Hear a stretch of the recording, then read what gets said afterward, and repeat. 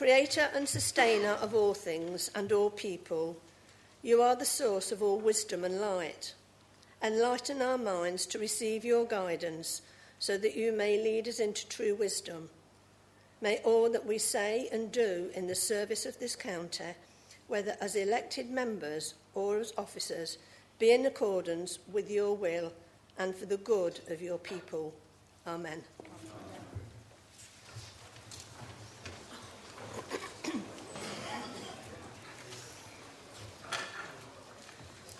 In the event of having to evacuate the council chamber, would everyone leave by the two exits at the rear of the chamber?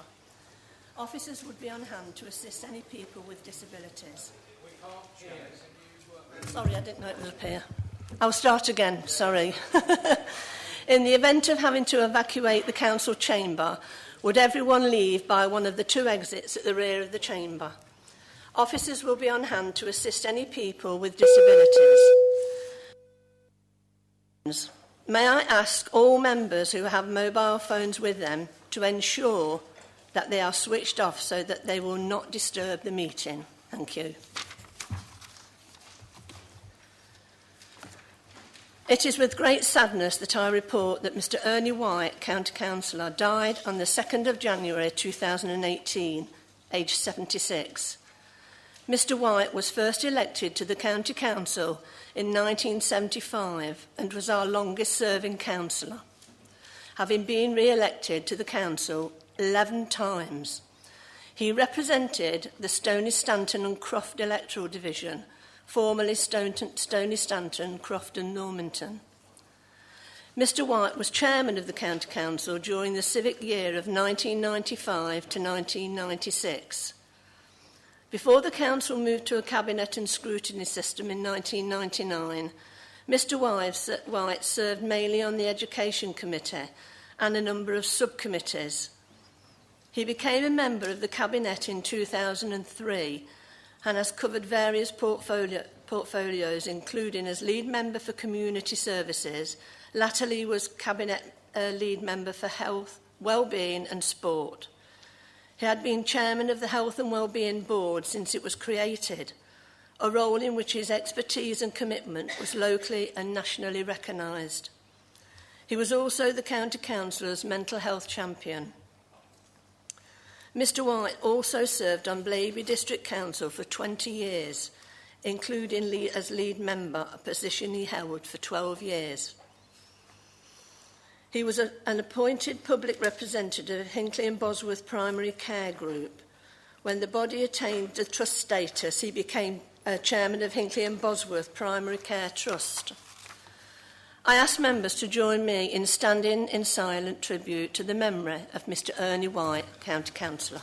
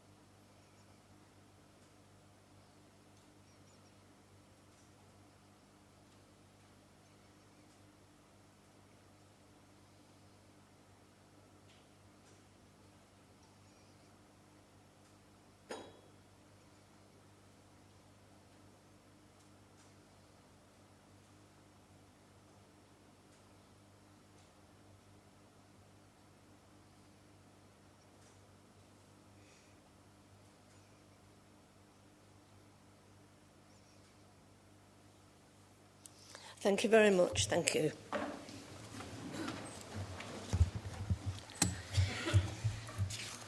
Visitors, I welcome all to the meeting, all visitors and guests of members, and, of course, anyone who has joined us on the webcam today.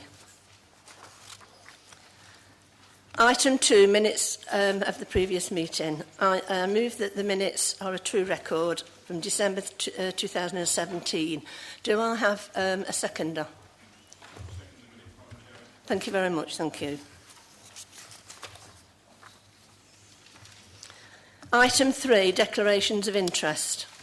I wish members who wish to make a declaration of interest in respect of items on the agenda for this meeting? I'm assuming that all members who are members of the district and parish councils will wish to declare a personal interest in relation to the medium-term financial strategy 2018-19, 2021-22. Are there any declarations? Mr. Payne. Thank you, Mr. Payne. Madam Chairman, can I declare a general interest, a personal interest in passenger transportation issues, but I do not have a particular interest. Thank you very much, Mr. Payne. Item 4, questions asked under standing order.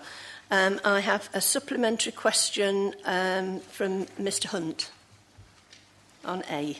Thank you. Thank you, Madam Chairman.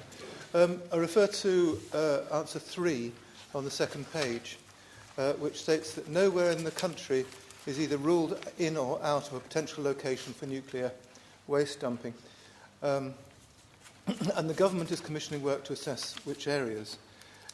Bearing in mind that Cumbria County Council has already rejected nuclear waste dumping, that this area of North Leicestershire has already been identified in the past for nuclear waste, and there are now cash incentives for burial of new waste. What role will the local people, and particularly this council, have? Because it isn't clear from the answer what our role will be in determining such applications. Thank you. Thank you, Mr. Hunt. Mr. Rushton. Thank you, Max, for that supplementary question. Unfortunately, I won't be able to provide you with a supplementary answer right now, but I'll write to you and let you know. Thank you, Mr. Rushton. Question D, Mr. Kaufman. You have a supplementary question. Thank you, Chair. First of all, can I thank Councillor Old for a very comprehensive answer to my original question. And also wonder, Madam Chair, whether for the first time in 5 years I actually have a supplementary that's allowed, but I'll try. Raising concerns with the regional commissioner is a good start in getting things put right in Oadby. Is there more that we can do by getting onto our MPs? And I wondered if you would join with me and ask the appropriate officers to give us support so that we can hopefully get something done. I note in your question you say it's unlikely. I would disagree with that bit, and I think there's a possibility that things could be put right when it's pointed out to government. So I wondered basically if I could have your support and the support of the appropriate officers. Is that okay? That's fine, thank you. Mr. Old. Thank you. Thank you, Madam Chairman, and thank you for your supplementary, Geoffrey. On the 3rd of July 2017, I personally wrote to the then Secretary of State for Education, Justin Greening. I received a reply on the 27th of July from the Schools Minister, Nick Gibb. I'm happy to share that reply with you, but I think that in view of what's written in Nick Gibb's letter, it would be a futile future exercise. Thank you, Mr. Old. Thank you. We now come to item 5, the medium-term financial strategy. Mr. Rhodes. Thank you.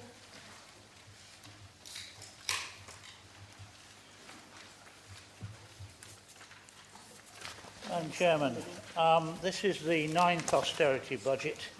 It's my 6th budget. The bad news is that austerity continues into next year, and it could last until 21-22. The good news is that Leicestershire is holding its own. We can balance the books for the next 2 years. But in 2021, there's a shortfall of £4.5 million, rising to £13.2 million in 21-22. This MTFS will bring our savings requirement over the period 2010 to 2022 to over £200 million. By forward planning and being prepared to make meaningful changes to the way the county council is run, our day-to-day operations continue to operate in a stable financial environment. But we need to guard against complacency. Leicestershire faces the same challenges as the rest of the country. The need to make savings has not gone away. Government funding continues to fall, inflation is stubbornly high at 3%, CPI, and public sector pay rises have inevitably started to increase. Social care pressures remain and have increased significantly for children. And being a low-funded authority means we have a low margin for error and must continue the approach that has served us so well to date. Over the next 4 years, the Council will need to save 50 million, of which 13 million needs to be identified as part of a number of service reviews. This will not be easy. Some of the savings will be difficult technically to achieve. For example, the significant increase in internal foster care provision. The general public, and us as well, will find it hard to accept others. For example, revised delivery model for children's centres. And we continue to maximise efficiency savings of the identified savings over the next 4 years. 70%, or 26 million, are efficiency rather than service reductions. We need to make savings as resources are simply not keeping up with demand and cost increases. The MTFS includes inflation of 34 million, with a significant proportion for the national living wage. And there's growth of 41 million, with the majority going to social care. The main proportion for children's to manage the significant increase in looked after children and invest in improving the service. Adult social care pressures are lower than recent history, but still significant.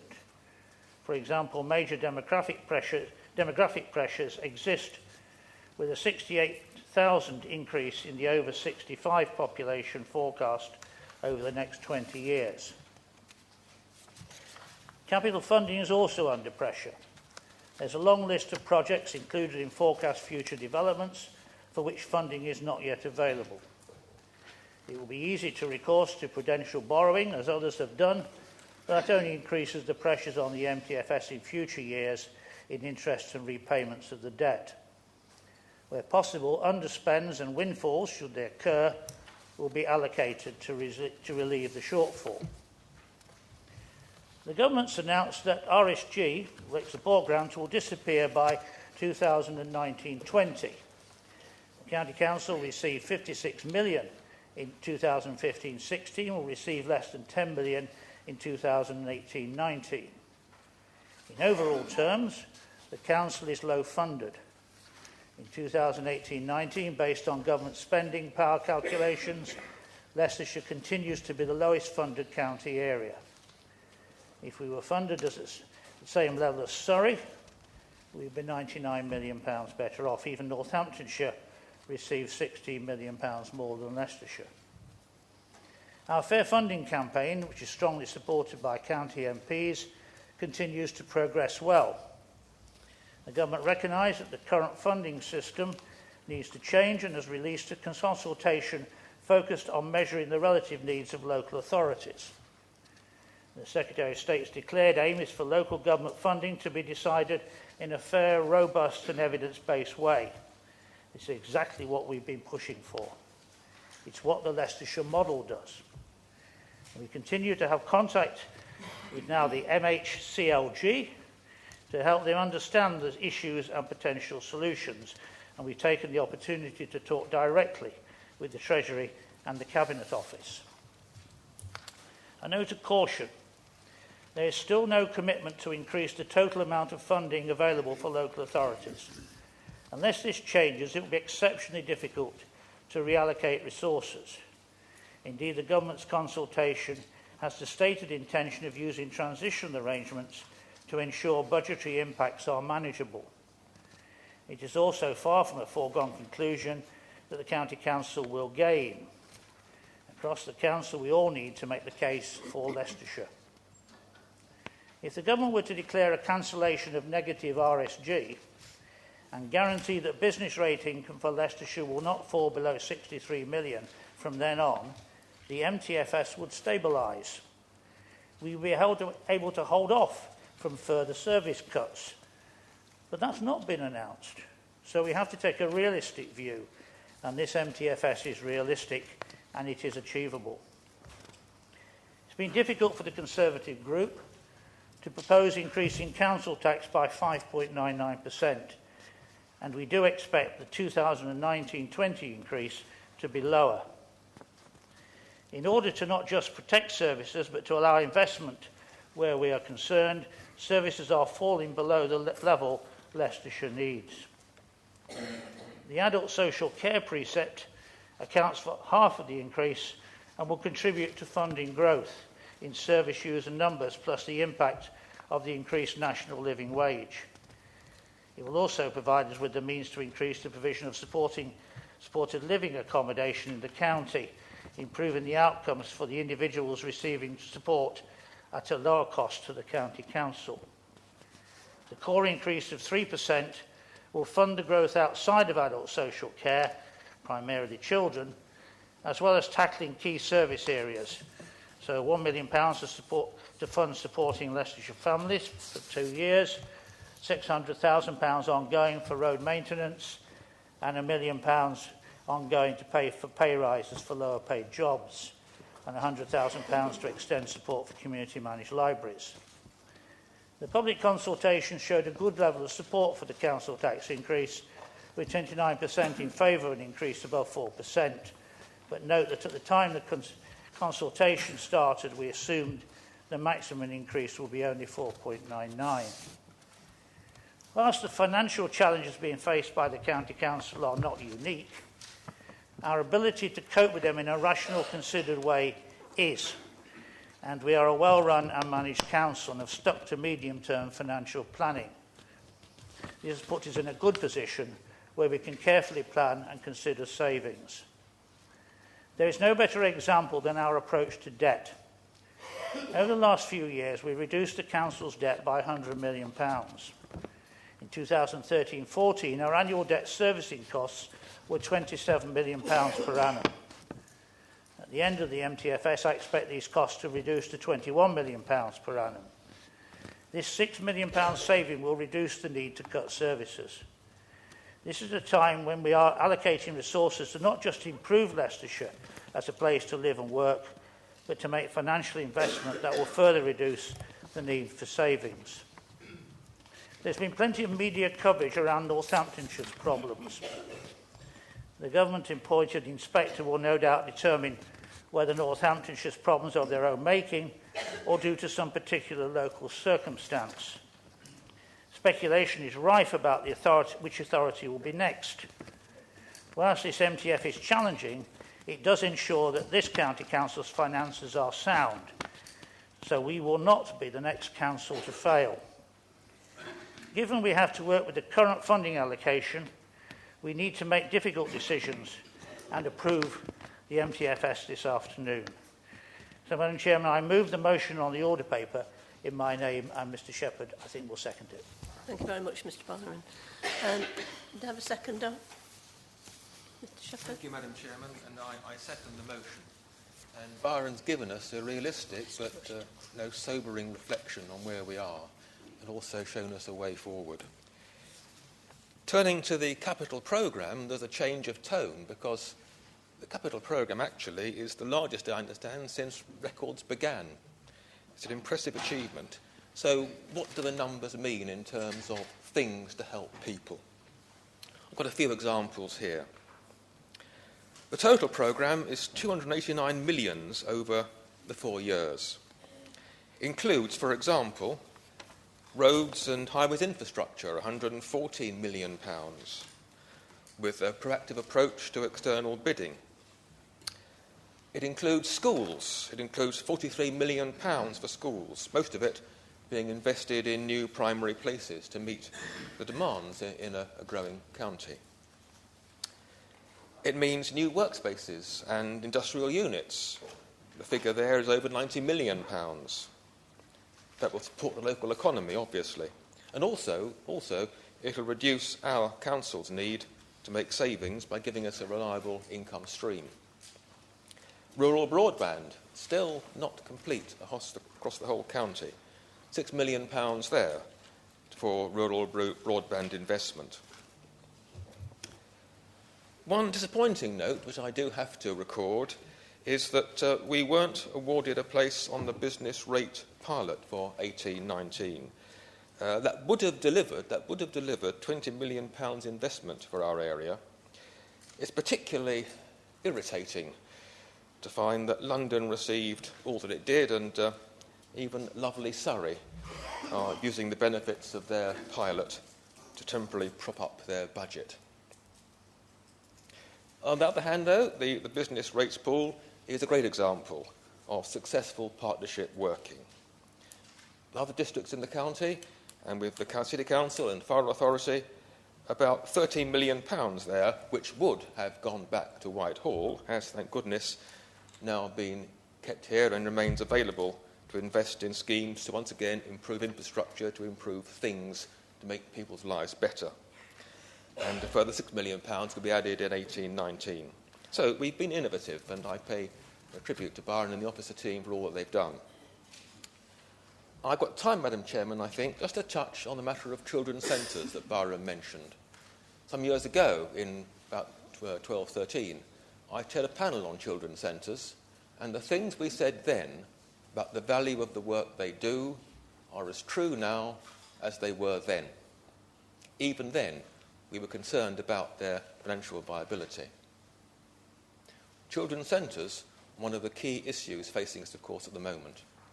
And the important thing is to continue as far as possible, for as many people as possible, the work that they do, and to focus on the work that is done rather than on the buildings. This afternoon, Madam Chairman, it'll be quite easy, quite attractive actually, to kick some cans down the road, because that might give us a temporary feel-good feeling and might win some compliments. The responsible thing, I suggest, for all of us is to do what we were sent here to do by our electors, to use our judgment in their best interests, not just for the immediately appealing, attractive choice, but for the longer-term, harder choice, which in the end will stand us and our county in better stead. This budget, Madam Chairman, deserves all our support. Thank you, Mr Shepherd. Mr Galton, thank you. Yes, thank you, Madam Chairman. Well, this is the 9th austerity budget in succession that I've responded to as leader of the opposition on behalf of the Liberal Democrat group. Back then it was expected that the reduction in funding for unprotected services, including local government, would last 4 or 5 years. Now, 8 years later, the deficit still looms large and there is no end in sight. The Director of Finance in his report warns that the problems in the health service and the demand on social care and children's services mean that the biggest challenges are yet to come.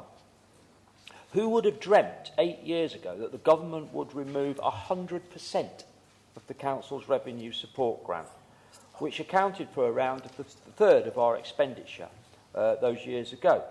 Not content with this, we now face the prospect of the government clawing back business rates by the top-up adjustment by 2.1 million next year, rising to 23 million in 2020, leaving us even more dependent on council tax and income from charging residents for services. Now, I can recall some councillors back then saying, well, there is fat that can be cut from the county council's budget. The council could be leaner. Well, it seems to me, Madam Chairman, that if there was any fat, it's long gone, but so is the flesh, and now we are well down to the bone. The government's response to the funding crisis facing councils has been to lift the council tax cap and pass responsibility for the chronic underfunding to local government.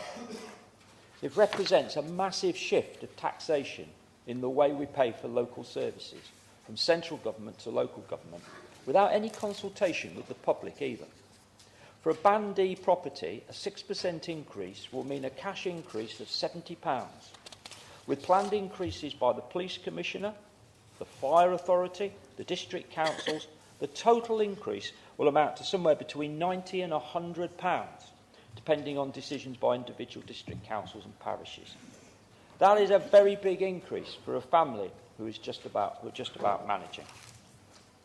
But of course, that's not the end of the story, Madam Chairman. Because having decided to levy the extra money, the next big question is how you propose to spend it. And this is the first year I can remember for many when there has been some more money coming in and there are choices in what we do with it. The money from the council tax increase and the increase in the tax base and collection fund generates significant additional income, which could and should be used to cancel the most unpalatable cuts put forward in this budget. We expected to see cuts affecting vulnerable people and those on low income, which Cabinet members themselves had said they don't want to make, removed. But instead of grasping the opportunity to put some funding back into these frontline services, not one single savings item is proposed to be deleted from the cuts list. They are all still going ahead. If this budget gets approved today, and on top of this, people will have to pay another £70. It is astounding that the Conservative group is proposing to ask residents to pay more council tax whilst at the same time offering fewer services. May I remind the Council what they said in their manifesto for the county council elections only last May, and I quote, "We are not proposing to levy above the maximum 4.99 because that would trigger a referendum." But of course the government, in its core spending assessment, power assessment, which I note Mr Rhodes recently said he doesn't recognise, is assuming the council will set the higher level of 6%. This, of course, merely underlines my point about the transfer of taxation taking place here. And I think there will be a public reaction when people get their bills this year. This is not a substitute for a proper system of local government finance. It's nothing more than a sticking plaster. So what is the administration proposing to do with this extra income? A small increase in highways maintenance funding, that's welcome. I have to say it will do little to replace the cuts to road repairs in recent years and those planned in years ahead. An even smaller increase for community libraries and a transition fund for supporting Leicestershire families, which ceases after 2 years, and a one-off investment in supported living accommodation. All these seem reasonable, Madam Chairman, but then we come to the Future Developments Fund, where it is proposed to set aside £7 million over 2 years, without any definite projects or a clear business case for this money being raised from council taxpayers. No justification has been made for setting this money aside in a fund to be spent at some later date, while today we are proposing to close, or will the means in terms of cutting the budget, to close children's centres and make cuts to SEN transport for low-income families and some of the most vulnerable children and young people that we should be standing up for. So this is where we think you have got your priorities badly wrong, and we will ask the Council later to amend this budget to put this money to much better use. Now, I didn't close it. I just want to say something about fair funding, because that has been mentioned.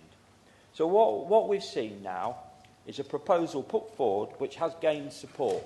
We recognise that. And since the Conservative group had said that they are no longer just looking for this to be taken, money to be taken from other councils, there's a recognition that more money needs to be put into the local government system.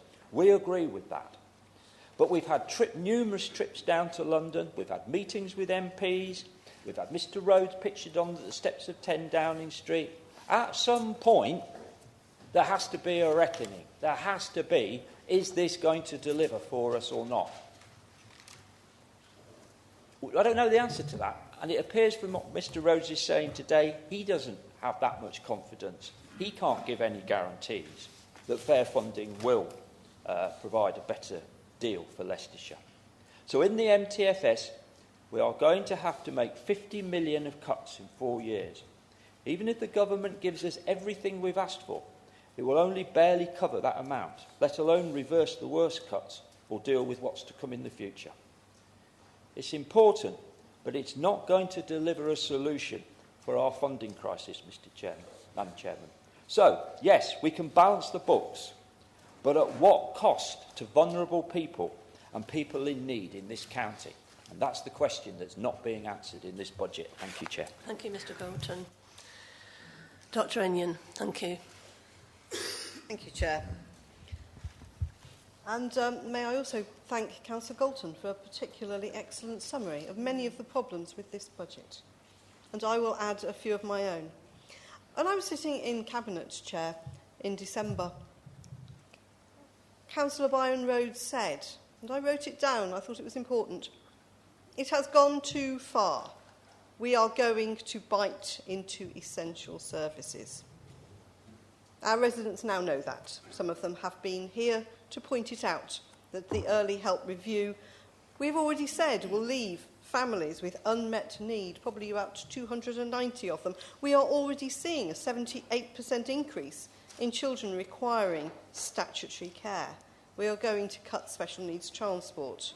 We haven't mentioned Mapplewell School's residential education provision. Clearly, our group are going to be pleased that some of the extra funding that we have are going to raise is going to the supporting Leicestershire families, but it is only temporary. And we need to be realistic, as we have been told.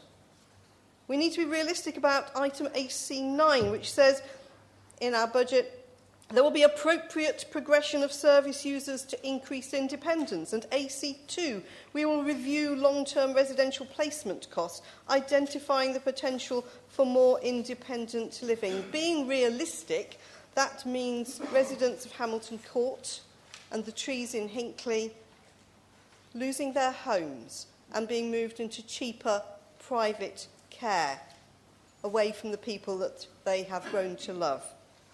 And what our residents probably don't see yet is AC14, which is a review of low-level surface provision for 2,600 people, which means that those people who get a little bit of help with their shopping, their washing, maybe a bit of cooking, will be asked, could they rely on their families, their friends, the voluntary, the community sector?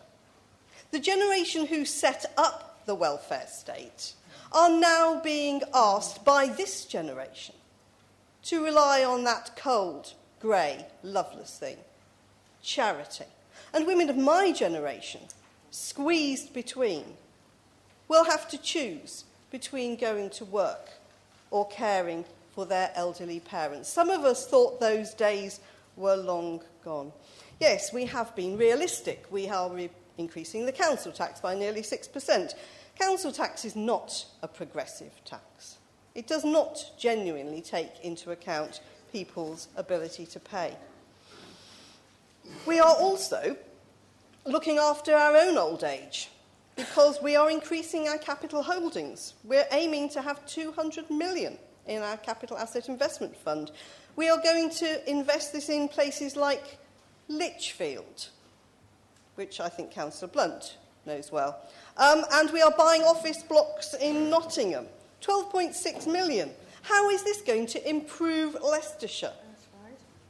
Instead, we could be meeting our duty under the Care Act to shape the market in residential and care home facilities, instead of having people in unsuitable Victorian converted buildings. I agree with Councillor Byron. This council has transformed its services, and we should be truly grateful to all the members of our staff, because we are one of the lowest funded and we are one of the most productive. And I have to agree, as a fiscally responsible party, we cannot merely roll debt forward, and we certainly can't wait for the rainbow of the fair funding campaign to get some sense into this government. No, we can't kick the can down the road. That has to be left to national governments who are far too busy faffing around with their self-inflicted wound of Brexit to do anything useful for us here. What can we do then here? Well, there's a can we've kicked down the road for a couple of years. Unitary status. While this council is charging more and providing less, some boroughs and districts, as the lead member for adult social care will know well, are supporting their base budget with new homes bonus, freezing their council tax and salting money away in self-sufficiency funds. And as Councillor Rushton will know, 15% of each district budget goes on propping up the institution, whereas unitary status could have led to 30 million year on year in efficiency savings. But unfortunately, many of the members on that side prefer to keep their empires going. I agree with Councillor Byron Rhodes that it has gone too far, and the burden of cuts and care is now being borne by the most vulnerable, and false economies are going to add to the burden on statutory services and the NHS. And while this Labour stands for fiscal responsibility, we cannot support this budget. Thank you very much, Dr. Onion. Mr. Rushton, thank you. Thank you, Madam Chairman. I have a prepared speech, which I'll give in a minute, but so far from the two speeches I've heard, the Liberal solution to the problems is to increase debt, and the Labour Party have not had any solution apart from good words. Can I first say thank you to Byron and Richard and Cabinet members for the work they've done on this budget, because it's already been rightly identified it is a particularly difficult budget, more difficult, I think, than previous years. And can I also place on record our thanks to Chris Tambini and his team, and, of course, Brian Roberts, who, as you know, is retiring from this authority very soon. What I can say, Madam Chairman, with calm and considered way that the Conservative group conducts its budgeting, it is easy to forget that we are still in one of the most politically and economically uncertain environments in recent times. Definitely increasing council tax was not an easy decision to make, certainly not for me and certainly not from our group, and we had long conversations about it. Historically, as you've rightly pointed out, we have tried to keep interest increases below inflation, and to a certain extent, some of the zero increases we had years ago have harmed our tax base, but we have done our best in the past. However, it is an inevitable consequence of being low funded is that increases are essential if this county council is to provide good quality services for the residents of Leicestershire. You've heard from Byron, we've made excellent progress on fair funding, and I've got really good support from all of our members of Parliament on fair funding. And I can tell you today that we are being offered a presentation of the Leicestershire model in front of Saj and Rishi at the new MCHLG, or whatever they now call it. It's got housing added to it in the near future. And if you look at some of the modelling, they may not call it the Leicestershire model, they might call it the SIPFA model or their model, but as far as I'm aware, ours is the best model in town. And Byron, myself and young Tambini are going down there to present it to him. We will also, as I can promise, we will continue to invest member and officer time pushing for a better deal for Leicestershire. So Simon is right, it's been a hard slog. We've not achieved a great deal, but it's not through lack of effort from this side that we are trying our best. So, we've got to see the Secretary of State. We hear various things might happen, might not happen, fair funding, we don't know what will happen. So what we have to do is deal with the budget which we know about, and that's what, the money which we know about. And that's what this budget does. Now, it's not ideal. If we could get rock-solid promises out of government about future funding, etc., of course we could do things differently. But at the moment, we cannot. And it is inherent on us as an administration to put forward a budget that washes its face for 2 years, this year and next year, no deficit, and then we've still got difficult decisions for year 3 and 4. But it is a proper, balanced budget, and we are at least allowed to pass it today, unlike Northamptonshire, who have now been precluded under law from passing their budget. And if we listen to the Liberal Party, who just want us to increase debt, they would drive us down the Northamptonshire route, and we, as an administration, will not be going where they're sending us. So we continue to make efficiency savings, as Byron's pointed out, where we can. Most of the savings we've done have come from efficiency savings. And as you've heard from Richard, we have the best capital programme that I can ever remember coming forward. A lot of it is because Leicestershire is a growing and vibrant economy, and we want to make sure that this county council continues with that success. So I was disappointed, and I did tell Saj that I was disappointed that we didn't get the business rates pilot. And in conversations with Saj, he is encouraging us to bid again next year. And with the help of district leader colleagues, and that includes the Liberal guy over in Oby Wigston, and City Mayor and the LEP, we will certainly bid, if we get an opportunity, for 1920, because it will make a big difference to us. So we'll definitely go for that. So we've got a plan. It's financially astute. It's not a focus filler relying on debt, and I urge every member of this County Council to pass a legal budget. Thank you, Madam Chairman. Thank you, Mr Rushton. Mr Bedford, thank you. Thank you, Madam Chairman. Firstly, I'd like to thank the lead member, Byron Rhodes, and the officers of the Council for their hard work in preparing the Council's medium-term financial strategy. As an accountant myself, I very much understand and appreciate just how much work goes into producing a budget of this kind. The medium-term financial strategy proposed today by the administration, in my view, is sensible and prudent, taking tough but fair decisions in the round to ensure the medium and long-term financial stability of this authority. Whilst other councils, as the leader has said, are struggling to set their own budgets, the proposals today show a balanced budget for the coming 2 years, with net debt falling year on year. As we've seen from other authorities, a failure to control one's deficit and overall debt can lead to catastrophic consequences. As a result of the proposals today, we'll actually see an additional £600,000 going into highways, which I'm sure we'll all appreciate, and further support for community libraries. Again, we'll all appreciate that. I think that demonstrates that we're listening to the public, and as Conservatives, we listen and act on the interest of all of our residents. Now, whilst other parties today have their own views and their own amendments coming up later, which are actually, if you look at them, unfunded, I believe they're taking short-term, politically motivated views in amending this budget today, and that's why I would support the robust and prudent approach that this administration has taken, and I have no hesitation in supporting it. Thank you, Mr Bedford. Mr Old, thank you. Thank you, Chair. As one of the gainers in the budget in terms of growth, and also having to respond to the challenges of increased demand set against the historical organisation of the department, you're always having to look at ways and means of doing things differently. And one of the ways and means can be found on the savings page, where if you turn, you will find a reference to therapeutic care.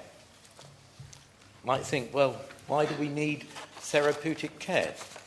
The answer is because this is one of the most expensive areas of providing for children. It's a service for children and young people who've experienced multiple placement breakdowns, are excluded from education or at risk of becoming so, have accessed mental health intervention at Tier 2, are displaying significant emotional and behavioural difficulties, and are least willing to consider engagement with the service. All the plans are in place, Madam Chairman. Just as 2 years ago, our budget identified the 1.5 million savings for early help, and we are now in the process of implementing that. In the interim, of course, numbers of children coming into care have gone up. At the end of March last year, 479. It's currently 543. Exponentially, this presents the Council with a serious problem because it's set against a nationwide context. The nationwide context is the fast becoming apparent shortage of foster parents, including in the independent fostering sector. So when I look down at the list of what we've got here, I can see an increase in foster fees. I can see supporting Leicestershire families, which I suppose you might say is a baby that I'm very attached to, having been the councillor who was charged with setting it up in the first place, and having seen a success rate that puts us in the top 5% in England. But it isn't a statutory service. It would have been easy to have said, if the government are withdrawing their funding in 2 years' time, we should cut it. And we haven't done that. Extra £1 million worth of growth in this budget for that particular service. Who does that service serve? It serves the most vulnerable people in the county. It's not a building, Most of it doesn't take place in the building. It takes place in people's homes. And yet I find some colleagues obsessed with buildings at the expense of the quality of service delivery. We have got growth for children's social care placements. We have got other very specifically identified areas of growth. There is a challenge. And when I hear colleagues really, I think, carp about Byron's fair funding programme, I'm reminded of the very first meeting that I went to back in 1998 of what was then the well, it wasn't the fair funding, it was a group of East Midlands councils who said school funding is unfair.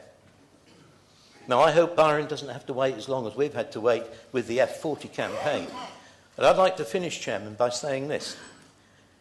If you go by reasoned argument, if you behave responsibly and not produce financial irresponsibility, you can win. And 1.3 billion was delivered by the Conservative government this year under the national funding formula. So it can be done, and I'm sure Byron, in the general sense, will take it forward in terms of the amounts of money that we get from government. Thank you, Chair. Thank you, Mr. Old. Mr. Payne. Thank you. Thank you, Madam Chairman. I'm speaking as lead member for the Environment and Transport Department, and I want to briefly touch upon where we're going to be spending the additional £600,000. But before I do so, I just want to remind colleagues here in the Council what a journey the department's actually been on since 2010-11. The department has saved over £43 million since that date, and there's been a huge increase in demand on those services, and therefore there's been a huge increase in cost. And I think all of the personnel within the department deserve our commendation for the work they've done, the tenacity and their commitment to their jobs, and I'd like to make sure that that message is delivered in this chamber. They've achieved those savings through successfully transitioning 13 of our 14 recycling and household waste sites into an internal delivery model. There's been a revised approach to highways activities through making a range of efficiency savings that impact on service levels. And of course, we'll be well aware, in fact, I'm doing a comms piece tomorrow on the accelerated delivery of our street lighting project, and we've converted over 68,000 street lights to LEDs, which give us more options in terms of how we operate those lights across Leicestershire. And of course, we've introduced new arrangements through the dry recycling from April 2018 this year, and we've previously looked at the wet recycling. But the department needs to save more money. It needs to save about an additional £7 million in the medium-term financial strategy, and we'll be doing that through reviewing the Highway Authority planning processes and charging regimes. And yes, we will be looking at some of the discretionary delivery areas when it comes to passenger transportation, and a particularly sensitive area, our special education needs transportation. We'll also be looking at our county-wide parking strategy, as we've made absolutely clear over the past few years, and there will need to be further savings on our contracts. And this isn't easy. For the administration, for myself as lead member, nor for the people that work in the department. I think it was John Maynard Keynes that said, when the facts change, I change my mind. What do you do, sir? And I think we're in a situation where the facts are pretty clear to us. We have a finite amount of resources. We have to deliver a balanced budget as an administration. And we're working with the facts and the monies we have available to do just that in the fairest, most equitable way possible. If the facts change, be assured, myself and certainly other members of the Cabinet, I'm sure, will be looking very differently at some of the service provision. But in real time, as we are here now, we have to deal with what we know about. And just briefly, Madam Chairman, I just want to echo some of the comments Mr. Olds made about the attack on Mr. Rhodes and the fair funding campaign. I have to say, we're all elected politicians here, and we've all undertaken our own campaigns of sorts throughout the years, and we know very well how these things work, and it's not easy dealing with national governments and extracting more money. But I think Mr. Rhodes should be commended for the journey we've been on. And I think it's clear for all to see that the debate's now happening in the House of Commons, in the Chamber, the Chancellor actually echoing the words fairer funding. I think we can attribute to the hard work of Mr Rhodes and the wider Council, Leicestershire County Council, and the administration of this Council. And I'd like to congratulate Mr Rhodes on what he's achieving on behalf of Leicestershire. Thank you. Thank you, Mr Payne. Mr Hunt. Thank you.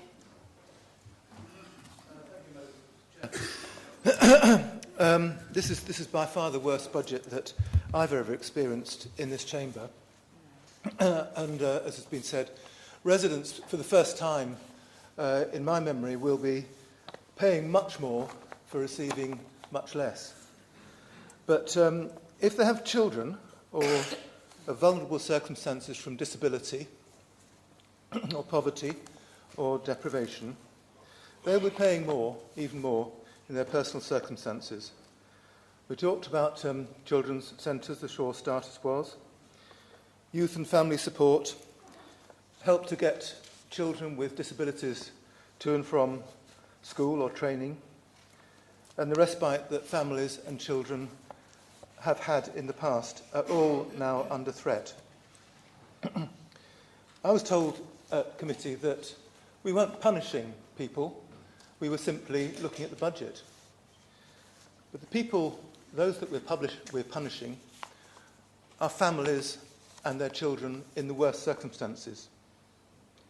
And if you don't believe that, I ask you to consider who is taking a beating in this budget.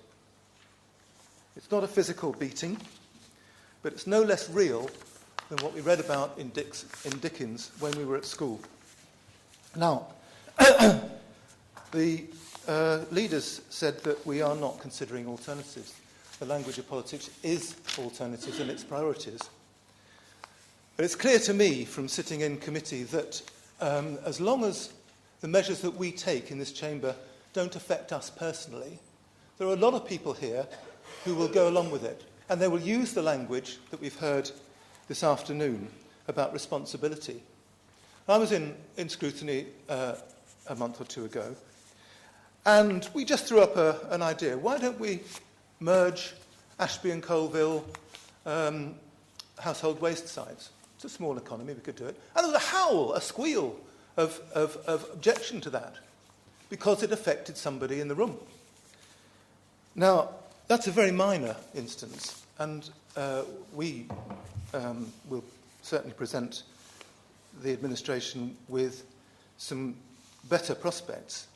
But the very fact that we've not considered doing away with the wasteful two-tier structure of local government in this county tells us that there are too many people, councillors, who are feeding off this, who are earning 2 sets of allowances, who are protecting their small fiefdoms within the county and sustaining dual administrations. And that really cannot go on as long as we are inflicting the sort of cuts that we're inflicting today, the cutting, as Simon said, to the bone. We cannot ignore ourselves and the local government administration in Leicestershire with high costs and duplicate bureaucracies. And that's what I wanted to say this afternoon. I'm really angry about this, and I think the people of Leicestershire should be too. Thank you. Thank you, Mr Hunt. Mr Slater. Thank you. Thank you, Madam Chairman. We see today that opposition parties are free to put forward their pet proposals seeking short-term populism, in the full knowledge of their never having to make the difficult decisions which controlling and setting a whole council budget demands. Byron and colleagues have exactly that task. It seems to me that they've achieved the balance between making the necessary savings and efficiencies and providing financial support for vulnerable people, providing some £41 million in growth spending within this budget, in particular for children's services. But, Madam Chairman, also I'm very pleased at finding extra funding for the very successful supporting Leicestershire families. This is an excellent, exciting programme in which Leicestershire is a shining example because of its positive results. Very many families throughout this county have had their lives turned around because of this programme, and I'm very grateful to the Cabinet for finding this extra funding so that even more families can benefit in the next few years. Thank you. Thank you, Mr Slater. Mr Osborne, thank you.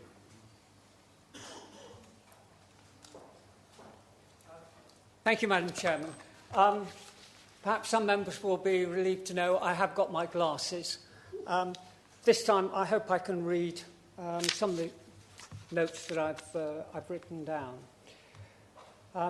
No doubt the leader would wish me, with others, to congratulate Byron and Richard on their budget statements. Chairman, to be clear, today is not an opportunity for debate. Heck, this is the council chamber. We don't debate, you just make political statements. Debate doesn't actually occur here at all. But if I could perhaps put in a rhetorical question and say to members, well, what do you actually expect from a budget day that you have like today? As far as I'm concerned, the purpose of a budget is to set the policy principles for the next period. And it's important that those policies are the driver with the mathematics behind being the enabler of delivery, not the other way around. Otherwise, policy becomes a secondary consideration. That will lead to bad policy and ultimately a very confused set of mathematics. Secondly, budgets have a chance for new initiatives. Any package needs to come with common sense, obviously for the common good. But that common sense should also include some compassion and justice for those whom we serve. It does us no good to forget fairness is something that should be at the heart of everything that we do, whether it's with ourselves or whether it's for the people whom we serve. I would have perhaps raised, I wouldn't have raised rather, points of current consultations. I don't want to prejudge the outcome of any consultations. So for those items, I would personally leave for any comments for the next budget. Today is an opportunity to restate the principles upon which the budgets are made. I've looked at the proposals from the opposition and the motions, and they have no merit, have no real answer. Perhaps members would be very relieved that actually I wasn't being asked to make a presentation of the budget. It would have been slightly different, but not totally different. The mathematics are there, but for me the whole point is the justice and the fairness of policy that we should be considering every year. Today is the day when you should consider it. I support the budget. Thank you, Mr Osborne. Mr Mullaney, thank you. Chairman, this is a budget that will cost the people of Leicestershire more and deliver them less. Cost them more in terms of an inflation-busting 5.99% rise in council tax, the largest for many years, and above the maximum promised 4.99% that was put in the Conservative manifesto less than a year ago. Possibly cost them more with a threat of on-street parking charges, and at the same time a budget that will deliver the people of Leicestershire less. Less in terms of 24 children's centres faced with closure, less in terms of special educational needs transport facing cutbacks, less in terms of rural bus services now facing the axe. With this fully costed amendment, that's entirely costed, and the figures are there, we seek to save for the residents of Leicestershire the 24 children's centres facing closure and to retain the support for transport for young people with special educational needs. The children's centres help thousands of families across Leicestershire. Closing them will remove a vital service for many local families. To take just one example, in Barwell, it's a very well-used Sure Start Children's Centre in Barwell. Many families, particularly those with low incomes, benefit from the service in Barwell.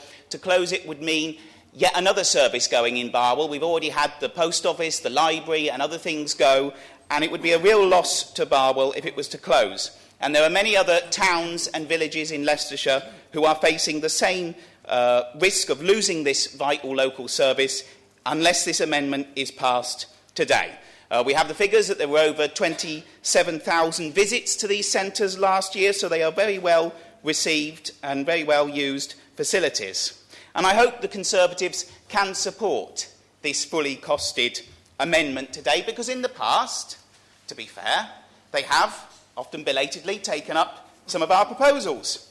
In the 2013 budget, Lib Dem amendments at the time were for solar panels and an extra £1 million for highway maintenance. Tories voted them both down, but then they reintroduced the £1 million for highways just a month later, and within a year had plans to do the solar panels, which now I understand saves the County Council over £400,000 a year. 2014, Lib Dems proposed investment in LED street lights. This was absolutely denounced and condemned by the Conservatives. We're totally against it. They campaigned against it vigorously. However, by the end of the year, they agreed to make £25 million investment in LEDs. That would lead to £2 million savings a year. Then in 2015, we raised the issue of the grass cutting, which at the time was a big issue, and said that the cuts to the grass cutting services should be considered. Again opposed by the Conservatives at the time, but eventually it was accepted that it made better sense to provide a better grass cutting service than spend £100,000 dealing with extra complaints. And then we had the fire service cutbacks, which were threatened again.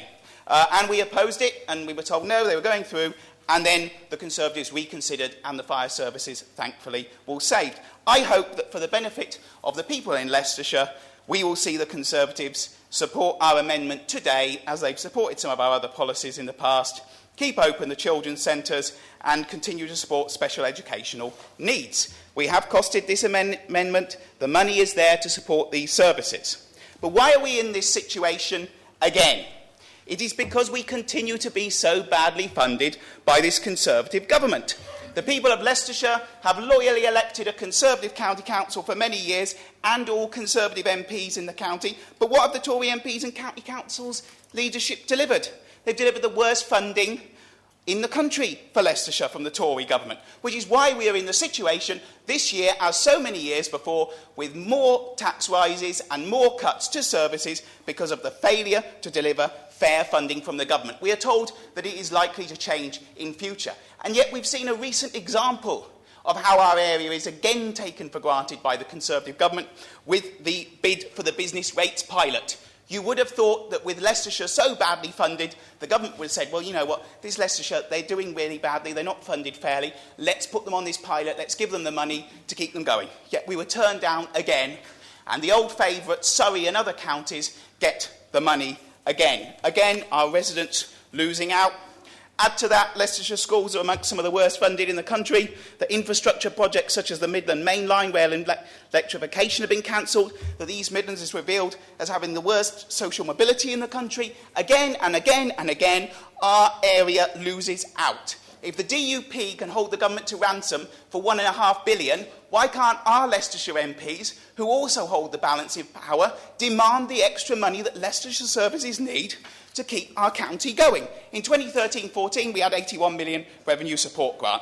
Now we have nothing, by 2018-2019. If people see their services... You've had 5 minutes, Mr Mullaney. Thank you.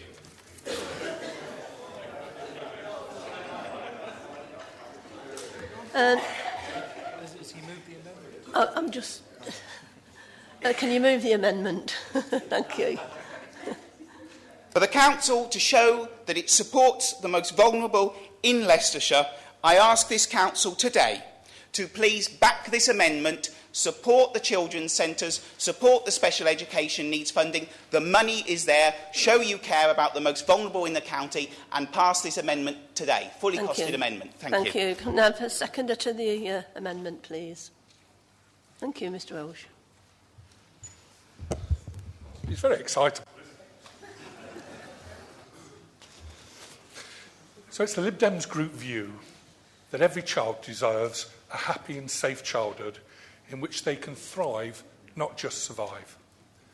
And to achieve this, some children and families will need help and support to secure their well-being.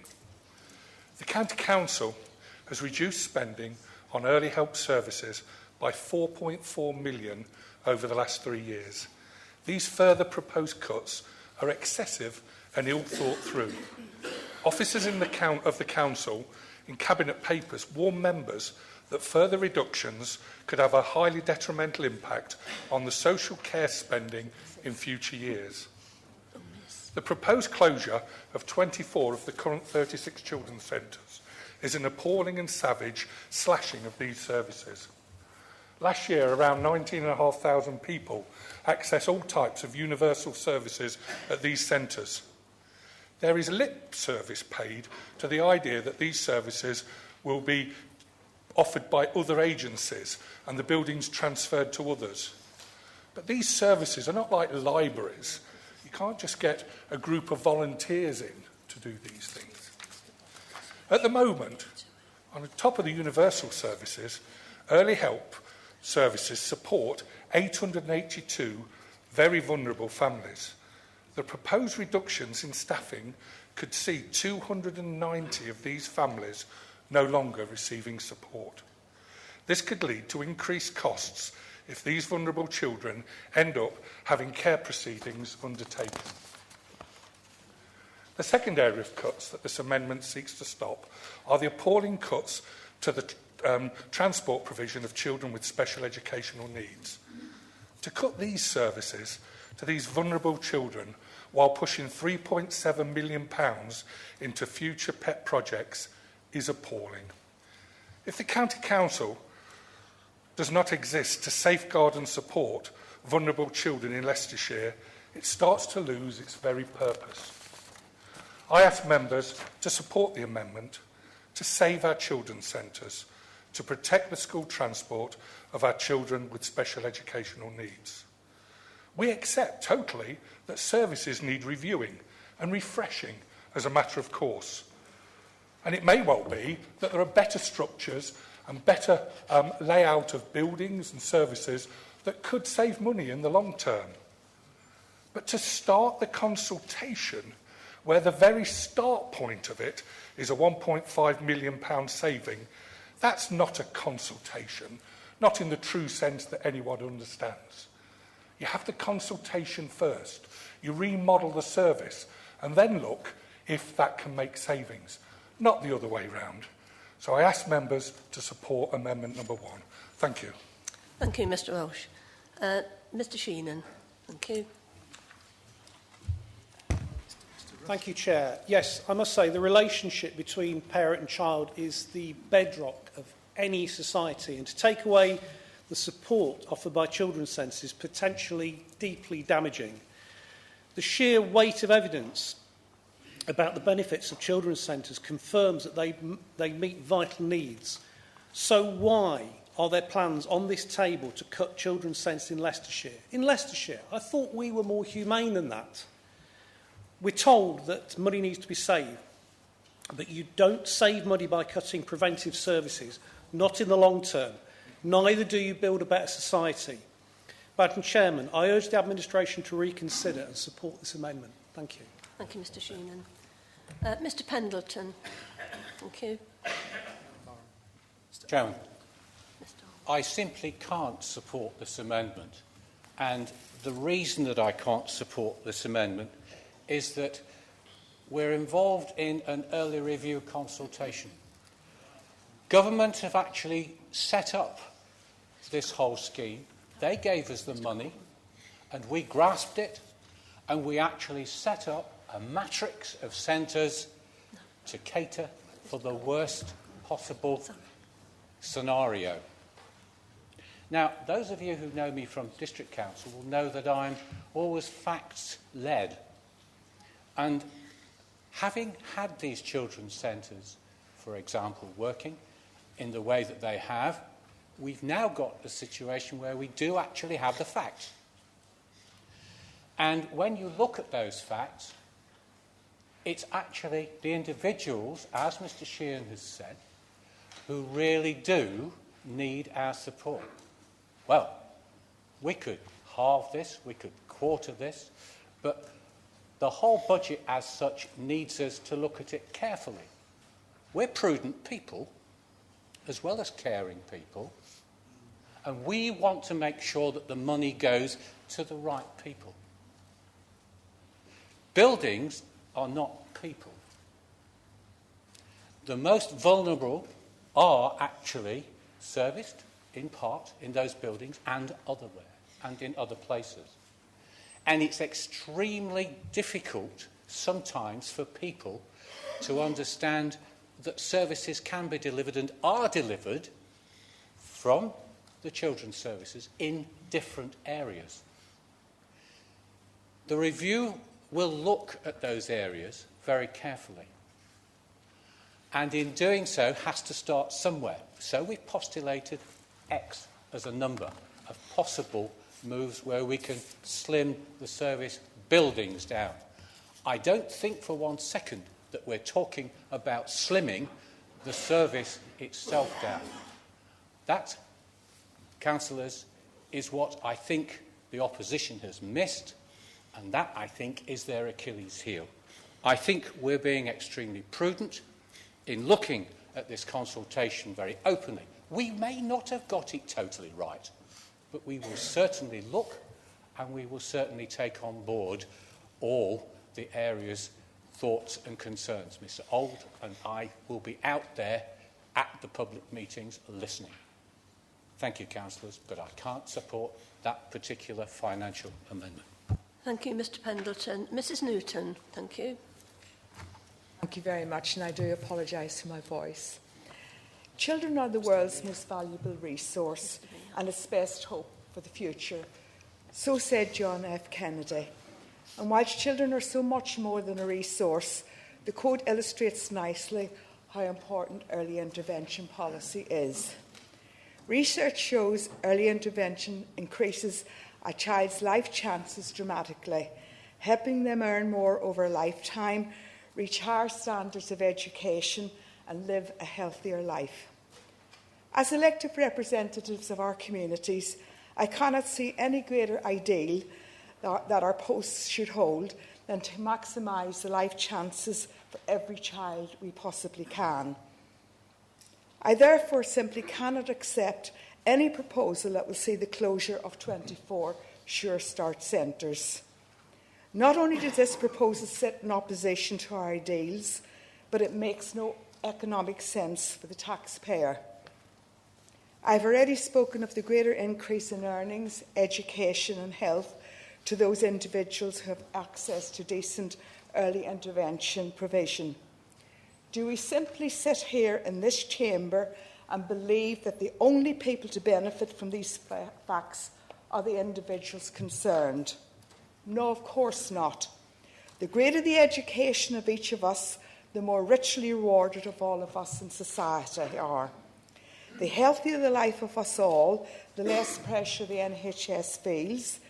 The better all our earnings, the more we raise to fund the vital public services we rely on.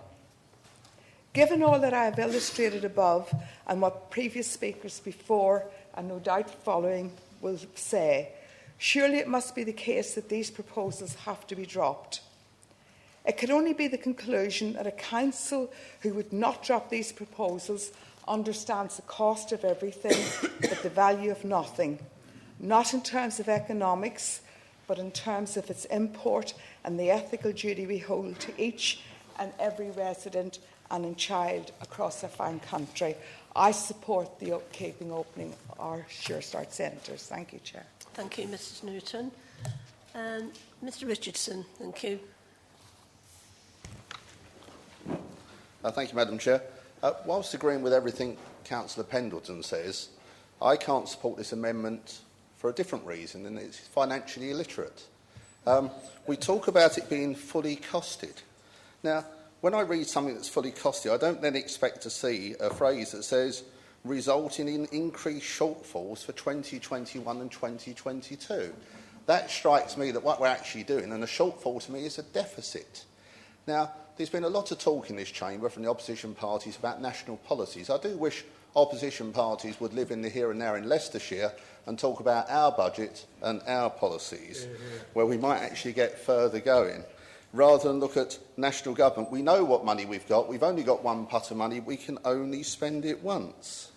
And therefore, what we're actually doing is increasing our debt for the future. Now, having gone down the train, the opposition have talked about national government policies. Let us look at the Lib Dem manifesto. The Lib Dem manifesto in 2017 states, we will not increase deficits. We have a proposal from the Lib Dems to increase the deficit. So they're actually going against their own party's policy. It says in the Lib Dem manifesto, we will only borrow money for capital investment. There is no capital investment here. You're using funds as a one-off revenue cost, which we can't get back. What you're actually doing is building a bigger and higher cliff to fall over by kicking the can down the road for short-term gain. When Mr Mullaney launched into his diatribe, I thought he was actually going to recommend not increasing the council tax. And I perhaps could have understood that a bit more, but no. He doesn't want the council tax to increase, but he doesn't recommend not increasing it or telling us how we can find the money elsewhere. So it's rather strange. Then he goes into that old faithful of the Lib Dems of the £1 billion to the DUP. Now, this comes to the heart of basic economics. The money to the DUP is capital money to be sent on capital projects. What Mr Mullaney has talked about is revenue money ongoing year on year. And there is a massive difference between the two. And, perhaps what we do need to do is we do need to have some sessions in here on the difference between capital funding and revenue funding, because clearly it may help several of us in the budget. So I cannot support this. All it does is kicks things into the long grass, and it gives us a mountain to climb in the future. And if the opposition parties have presented a fully costly alternative budget for us to look through, that would have been somewhat easier to grasp. Thank you, Mr Richardson. Mr Payne.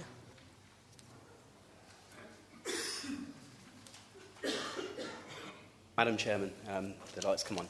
Yes, and I apologise for my voice too. It's a bit throaty, if that's the right term.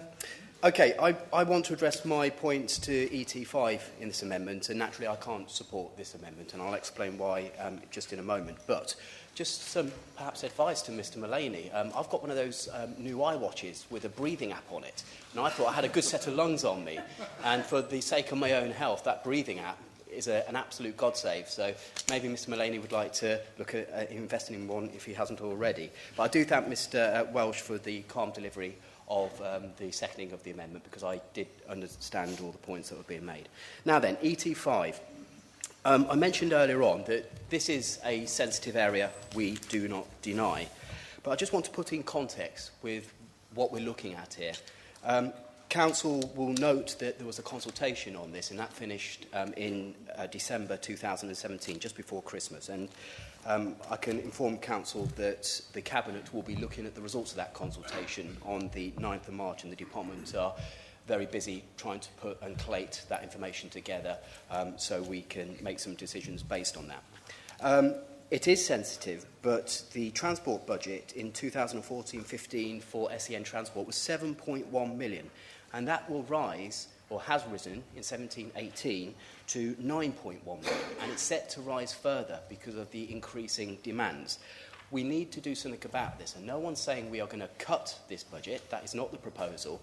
But we certainly need to seek a new way of working to be able to accommodate the resources we've got with the objectives that we seek to achieve. So in that context, I cannot support the amendment because the proposal is to fund the provision through the future developments pot. And as I spoke about earlier, there's a lot of functions to the department. There's a lot of output in the environment department, in the waste department, in the highways maintenance department. And you'll see on page 77 of our pack where, indicatively, the future developments money will be spent in relation to the Environment and Transport Department. And just some of the items, which admittedly will still need a business case, will still need to come through the decision-making processes, but we're talking about waste transfer stations, which is exceedingly important to the people of Leicestershire. It's a matter of health more than anything else that we get these policies right and the infrastructure right. The Melton Mowbray Distributor Road, which I think we all support. There's not many authorities that are in a position to bid to build roads, and this is one that's much needed in Leicestershire. And of course, a matter of safety, the speed camera pilots. These initiatives will be funded through the Future Developments pot. So at odds to take money from that to support, as Mr Richardson's already pointed out, a short-term measure. I accept it is sensitive. We'll be still spending perhaps in excess of £10 million a year in this particular area, but we do need to take a serious look at how we're going to spend the monies within the resource envelope we've got. I can't support the amendment. Thank you, Madam Chairman. Thank you very much, Mr Payne. Mrs Huck, thank you. Thank you, Chair. I'd like to speak on the impending proposal to close some Sure Start centres, if I may. In my community of Braunston, our centre is one of those under threat for closure. As somebody who has personally used these services, I'd like to share first-hand real benefits that those services can provide for people. It's not just the 0 to 5s, but it's the mums, it's the family, it's the social network that sits behind it too. Personally, it was the Sure Start that first indicated that my daughter was actually suffering from problems with allergies. It was the colleagues at the Sure Start Centre that gave me the advice and support, along with health professionals, to get through that situation.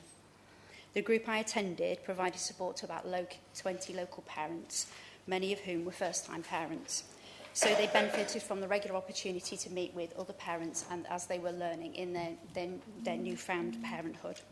It was a safe space. It was a space that was suitable for young people and children. And I think that's something we have to consider when we think about buildings. That building has to be safe and an appropriate space for young people. If you visit a Sure Start when a group is running, you'll actually find the buggy park is full. Not the car park, the buggy park.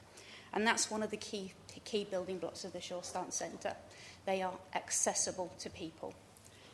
If the one in Braunston closes, my local parents will have to travel 6 miles to get to the nearest facility, not a distance you can easily walk to with a pushchair. I think the other key areas that Sure Start centres have really helped, and I've seen this firsthand, is mums that are suffering from postnatal depression. Having the opportunity to meet with other local parents on a regular basis and somebody to inquire on how you are in that same situation is incredibly valuable.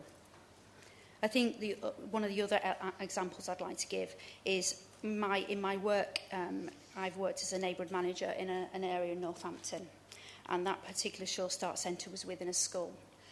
The Sure Start facility that I had experience of enabled young people to reach their development potential before going into school. And I think we often undervalue the role that Sure Start centres have had to play in that. So I think my concern would be is we take this layer of prevention work out the system, we then make the job so much harder for other services such as education and health. I would urge the leading group to reconsider this as part of their wider implications. Thank you. Thank you very much. Thank you. Mr Bedford, thank you.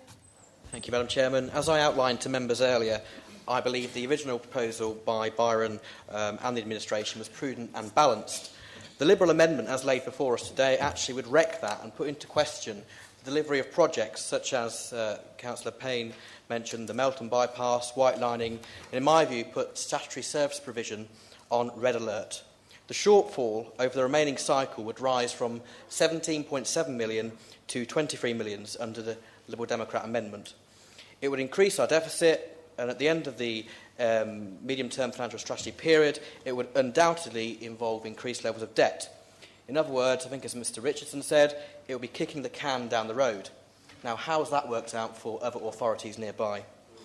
Far from being a medium-term financial strategy, this is a short-term political opportunism by the Liberal Democrats. And that's why I would urge all members to reject it today. Thank you, Mr Bedford. Mr Rushton, thank you.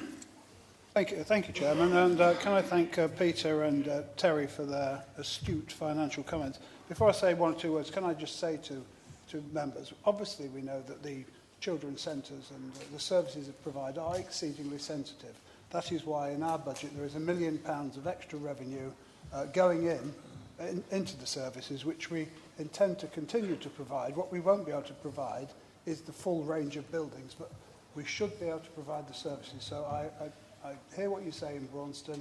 It is an area that needs help, but we should still be able to provide the services. What I can say, though, is Terry mentioned the Liberal Manifesto. Well, I always thought the Liberal Manifesto was more akin to the Beano myself. And when I say that, written more as a joke, with absolutely no possibility of implementation whatsoever. So, Terry, you've picked them up on their manifesto, but they write it knowing that they'll never be able to implement it. There's loads of policies in there that appeal to every single person on the planet, and nothing will ever happen because they're never, ever likely to gain power in this country. Now, if you want to save children's centres, Liberals, make a cut. Don't just add to the debt. If we were in opposition, we would pick something and say, we're going to make a saving there to spend over here. You don't. You take a little bit of money from the capital stuff and then you dump the rest on debt. What you're doing is spending today and dumping the expense on the future. Now, this is not how we run a budget here. And over the past few years, we've done our absolute utmost, as Byron has said, to get debt down. And woe behold, anybody in here that votes for your amendment that will increase debt. Otherwise, we will end up like Northamptonshire. I say to you, we should run this council, and Margaret Thatcher said it many, many years ago, you run this council like you run your household. You cannot spend more than what you've got, and you can't dump the cost of what you want to spend on your neighbour. Thank you, Mr Rushton. Mr Old, thank you. Thank you, Chair. It's an interesting amendment that I just cannot support and won't support.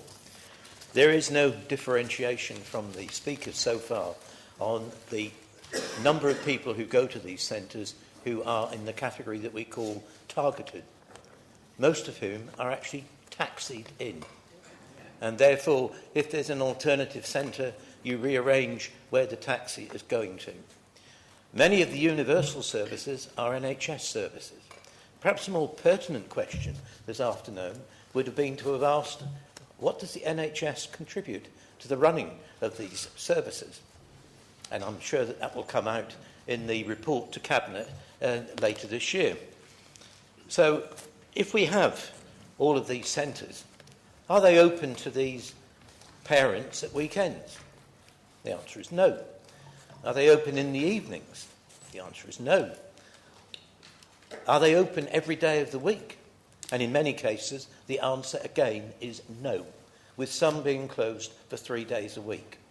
So exactly what is it that we are being asked to support in the amendment when those people who went to the Cabinet meeting heard me set out a very clear pathway for direction where frontline jobs would be saved as much as we could save them at the expense of buildings? And that, for me, is the fundamental. It isn't buildings that do the work in somebody's home. We are proposing to amalgamate 4 services. No mention of this afternoon. Leicestershire Families work is done in the home. Our youth offending service is not done in a children's centre. Our Education, Health, Information and Support Association was duplicating some of their functions. So it makes sense to amalgamate 4 different centres, approaches, into one, a combined family wellbeing service, 0 to 19. No mention of that in the amendment. Just focusing on buildings.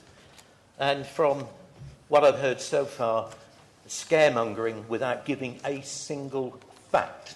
I cannot support the amendment. Thank you, Mr Old. Mr Galton, thank you. Thank you, Madam Chairman. I could expect Mr Richardson not to understand the budget that he voted for last year, and I would forgive the member for Markfield because he wasn't here last year. But I would not, or rather I would expect Mr Rushton to understand the budget that he got up We're not going to take any lectures from that side, who this time last year had to amend their own budget on the floor of the council chamber during the meeting on the day to put 1.3 million back into bus subsidies because they realised it was so unpopular and there was an election coming and they decided it wasn't palatable. So they changed their budget on that day. Now let's have a look at the budgets over the last couple of years that they were prepared to put to the council and did put to the council, and what the shortfall was. So, in year 4, because I guess that's the key year you're referring to, you started with a budget that was going to have a deficit of 23 million. As I say, you then changed it and it went up to 24.3. The year before, in 16-17, you brought us a budget that had a deficit of 19 million. Cuts yet to be found. Shortfall, in other terms. So the proposal that we are putting, yes, will increase that deficit in year 4. What will it do? Increase it to 30 million, 35 million? No, Madam Chairman. 16 million. Less than the amount that you brought to this council last year and expected the council and forced through the council. So don't give us any lectures about shortfalls. And you want to compare, you want to prioritise the items you're proposing to put into this future development fund that Mr. Payne. So let's ask the public, would they rather keep their children's centres and SEN transport for vulnerable children who can't use public transport, or have a solar farm? Or would you rather keep your children's centres going, or put money into an employment unit in the middle of Bilston, or Leaders Farm in Lutterworth, or Barden Interlink? I think it's quite clear what the priorities are if you took and asked the people that are clearly telling us they don't want the children's centres to cut, and the parents who rely on SEN transport. So it's a question of priorities. But as I've indicated, the issue of budget deficit doesn't add up. If you're so confident, because we're talking about year 3, in year 1 and year 2, it has no effect. The figure, the shortfall is 0. If you're so confident that fair funding will deliver from this council, you shouldn't be too bothered about what happens in 3 or 4 years' time, because according to you, money is going to be growing on trees when we get it a fairer deal from the government. The final point I wanted to make on the children's centres, why this is risky. You talked about risk in our amendment. What if we can't find alternative services for 0 to 5, as I understand it, in these buildings that you're proposing to pull out of? Because my understanding is that we may well have to pay back the capital grants provided by the government of the day, because we will not be using them for the purpose in which that money was given. Now, that would be a travesty. What a waste of money that would be, if we make the cuts and then we have to repay the capital. And Mr. Pendleton says, oh, well, you know, this is the budget. We're going through a consultation. How many times have we made a decision in February, in the budget, and then a few months later, when the report to implement it comes to Cabinet, we have a lot of hand-wringing and we have members saying, well, we've got no choice, we don't have the money. We've cut the budget and we can't fund that service anymore, so we've got to implement the outcome of the cuts. What we're saying today is put that decision off. You may decide you still want to make some savings, but at least you'll have the flexibility and the money still in the budget to decide the best way to do it. Cut the money today, and sure as night follows day, you'll end up making the cuts at the Cabinet because there's no money left to fund the service. So that's our proposal. It is funded, as Mr. Mullaney says. It's sound. It's been checked with the Director of Finance. We're not taking any lectures from the other side about that. And actually, it will end up with a less deficit than the Conservative budget passed last year. Thank you, Chair. Thank you, Mr. Galton. Mr. Mayor, thank you. Cheers, Madam Chair. I just want to talk about Sure Start centres, and I think it's important that it's reiterated Isn't it very funny that the party opposite, who've been in power and in government for 8 years now, 9 years, 8 years encroaching, but Sure Start was started under a Labour government 20 years ago, 1998, and what investment and what a big thing this was. And it's you know, I will say his name, Tony Blair. Tony Blair said it was one of the crowning achievements of the new Labour government, and I believe that, because my 2 children, I've got 3, but 2 of my children went to those Short Start centres from the ages of 2 to the ages of 5 until they went to primary school. And at that stage in my life, I wasn't at the stage I am now, economically and financially. And those centres really helped my wife, who didn't know a lot of English, to cope with motherhood, but also to cope with the stresses of being in an area where you walk through to the Short Start Centre, you've got to walk through an estate that isn't the most pleasant in Leicestershire. But it also gives the advantage to the youngsters. And I think the party opposite talk about buildings. We're not talking about buildings. We're talking about the differences that Short Start centres make to people's lives. And I think that's what we have to focus on. And it makes a difference that the children with the least advantages in life, most disadvantage, get that help start from Leicestershire County Council, but also government as well. If my children didn't have that head start, I think they might be even further behind in their schoolwork than they are. But at the moment, the top 2, they're flying. They're looking for A stars in their GCSEs. One wants to do dentistry and the other one wants to do computer programming. I couldn't have hoped for that without the upbringing that they had and the start they had in life. You know, Cobden Children's Short Start Centre, it's going to close if this budget gets proposed or passed through, and I can't stand by and let that happen, I'm afraid, Mr. Chairman. And the other thing I wanted to talk about is Councillor Shepherd, you talk about kicking the can down the road. A few years ago, several years ago, we had the chance to increase our council tax by 2%, but you were seduced by national government and you took the freeze. Where our base council tax would have been higher now, and we wouldn't have to go to our constituents for 6% council tax increases, you took that freeze year on year and you were seduced. And now you're telling us not to be seduced by some short-term gains. The Conservative administration, I think, made the blunder financially several years ago, and now children's centres and the poor and the most disadvantaged are facing up to severe cuts.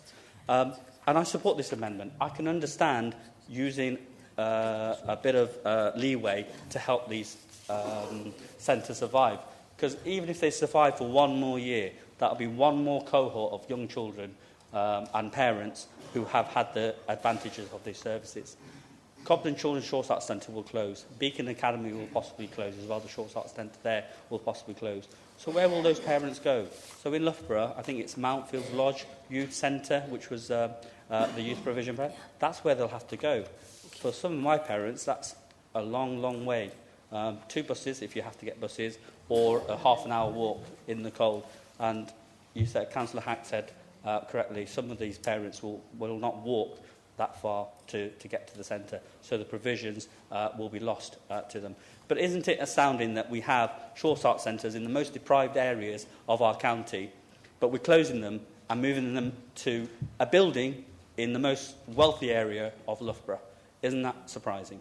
Thank you, Madam Chair. Thank you, Mr Mayor. We've heard from everyone who has indicated they want to speak, so Mr Rhodes, you have the right to reply. Do you wish to, before we take the vote? Thank you. Yes, thank you, Chairman. I think we've had quite a good debate about this, and I do praise the speakers. I mean, there have been some very sincere speeches made by the opposition members who clearly have a view of the children's centres which might be more closely aligned to what the idealistic view was when they first came in. I think there's increasing evidence which we're uncovering is that they've not quite lived up to all their expectations. In some parts of the county they might have done, but not necessarily in others. And the consultation, I think, will bring out all that information.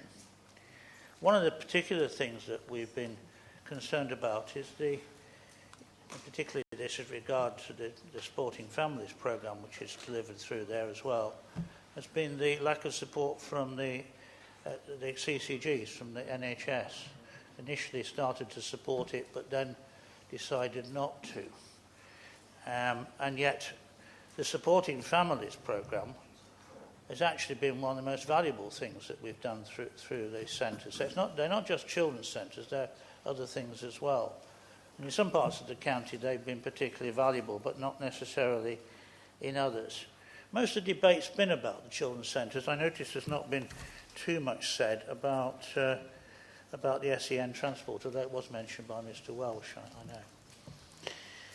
The point about making these savings is that these are now savings we have to make. They've been in our programmes for quite a long time, but we're gradually coming down the line and have increasingly trying to balance our books. Mr Galton made the point that last year we ended up with a bigger deficit than we have now. Well, the point is that now that we are gradually getting towards the programme where we can balance our budgets. Now, bear in mind what's happening elsewhere. Many other councils have taken the view that the easy thing is to roll over and not make savings and put off these things. And increasingly we read in the press about these councils finding now that they've reached the point where they can't implement the savings quick enough and they're running out of money. We're not in that position and we don't intend to be in that position. And the reason for managing things as we do is to keep ahead all the time of the programme so that we do these things in an orderly way, in a sensible way, and remodel our services still to deliver something worthwhile. Not necessarily always in quite the same way as we did before, but nevertheless something worthwhile. And that is in fact the proposals which are before you, and the savings we expect will bring that about.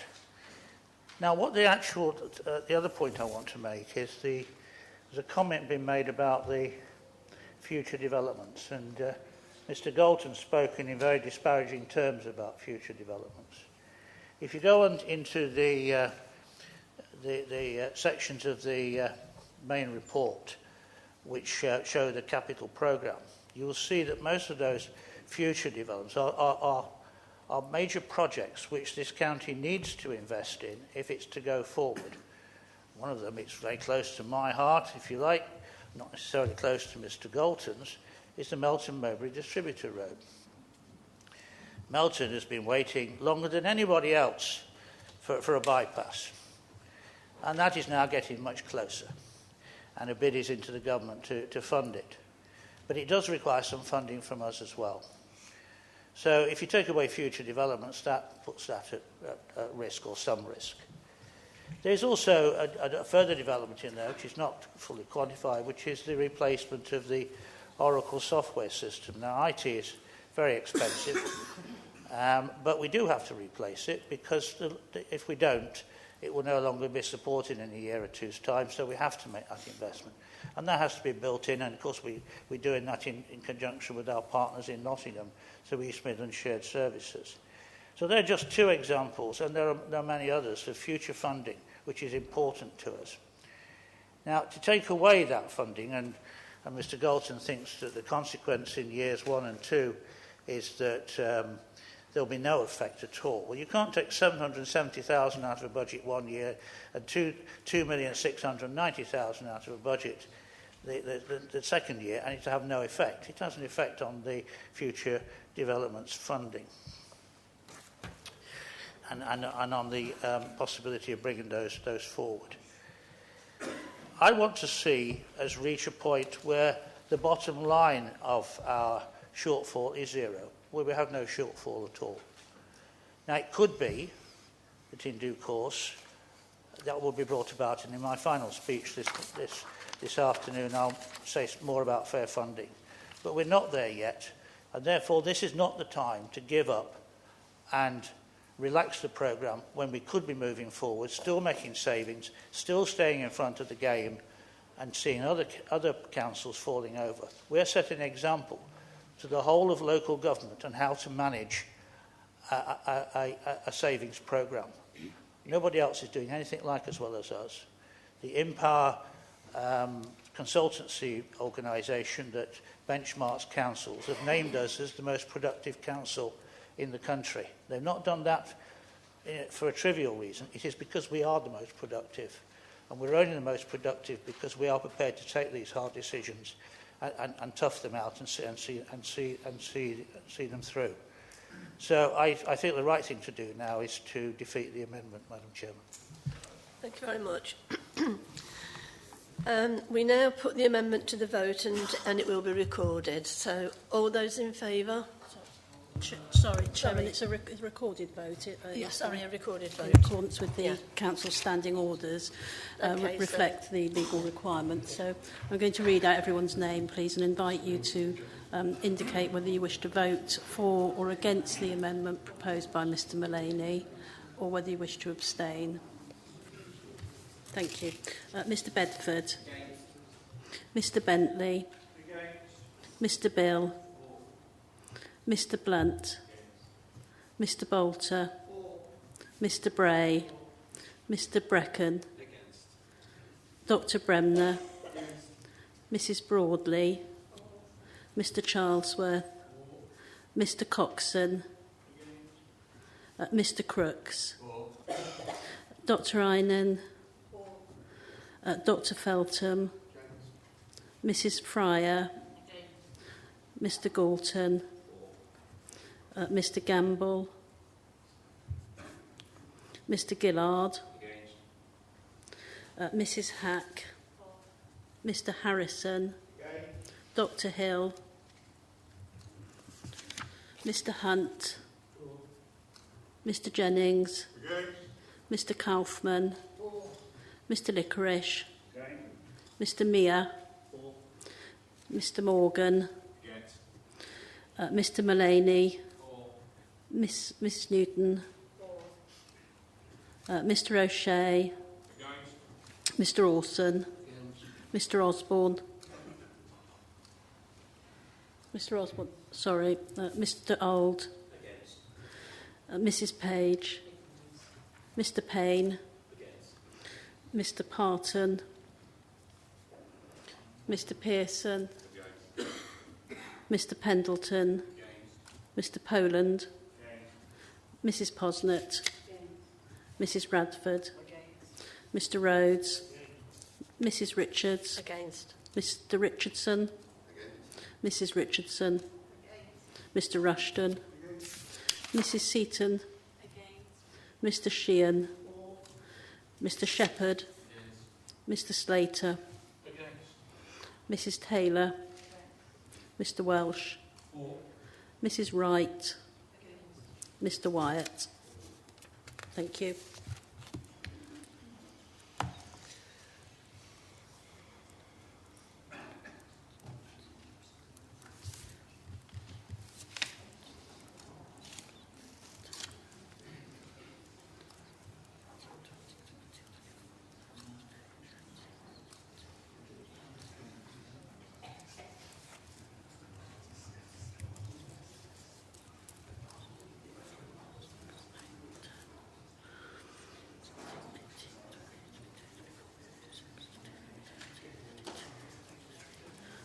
$34.17. You got the same? So 34 against. I don't have any abstention. 17 for. So we have 34 against and 17 for. So the motion is lost. Yeah. We now come to the second amendment. Mr Bolter. Couldn't find you.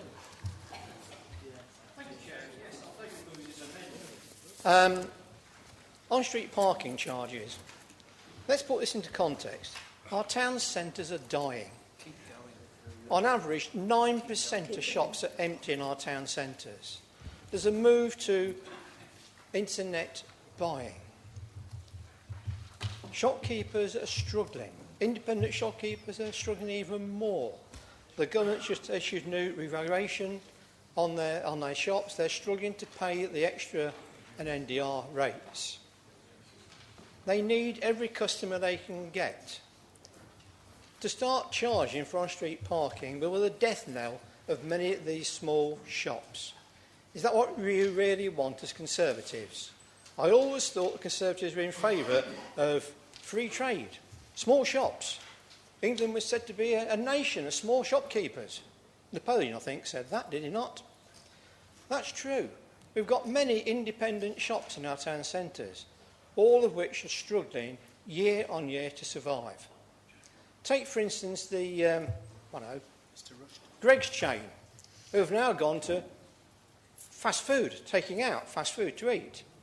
Are people going to actually park at the side of the road, pay a parking metre, go into the shop and get their food and come out and go? They're not. They won't bother. They'll go to Foss Park, other outside shopping areas where there's no parking charges. They'll go there free.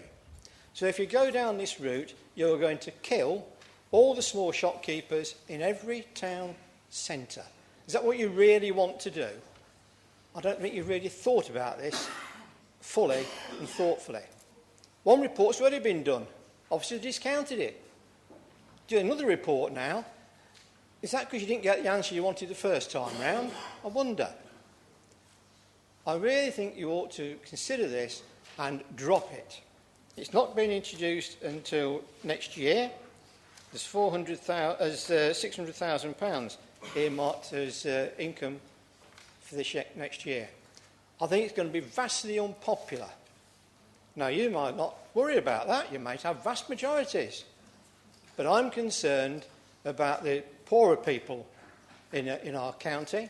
You're already doing them down with the SEN transport and other things. The government's introduced universal credit. They're going to have less income to spend. So the shops are even going to be more struggling than they are now. So let's have a thought about that to start with. But, 9% empty shops. I've never known 9% empty shops in our town centres before. It's something new. So think about that one. Now we come to the passenger transport. That's interesting, isn't it? We all remember last year, don't we? And somebody's already took my thunder away from this. But a member of the Cabinet stood there last year quite proudly and said, we're going to remove this from this year's budget. An officer said it won't appear again for at least another 4 years. Why? Because it's just before the last election. And people who represented the country areas where this bus service was going to be axed got a bit windy, and they put pressure on other people to actually get it through. But now, a year down the line, 3 years away from the election, it's coming again. So who can trust the Conservatives' word? A, the regade on their promises for their manifesto about the council tax increases, that's gone. They've done the bus services, and other things have gone back on as well. So what had been said about street lighting, if that would have been introduced when we suggested it first time round, major savings would have been made by now, but no, lost the opportunity. We asked the senior officer, Mr Roberts, was the money available to do this? They invest and save. He said, yes, the money's available. It took 2 years for you Conservatives to actually take up the offer, and the money was available. Talk about lost opportunities and lost income to this council. You're the ones that are causing this tax increase to our residents, nobody else. It's in your court. You're the ones who said you're going to central government, you're going to put the matters right. Fairer funding, you said. Mr Rhodes said, I'm going to Cabinet, I'm going to Downing Street, I'm going to talk to the ministers. How far has it got us? Absolutely nowhere. There's not one penny extra come here. Indeed, it could well have done us harm rather than good. So please, think about this. Vote for this amendment. It's the only way forward.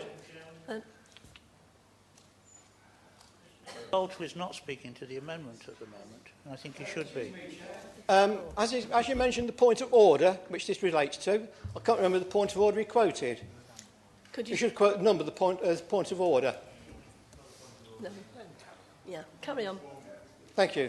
Thank you, Chairman. So that's null and void.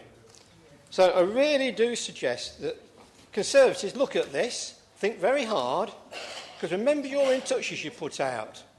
You said that parking charges won't be introduced on your streets. Mr Bolter, you've had your 5 minutes. Thank you. Thank you. sorry. He needs to move them. Yeah. Mr Bray, thank you. Yeah, I second the amendment, reserve my remarks. Okay, thank you.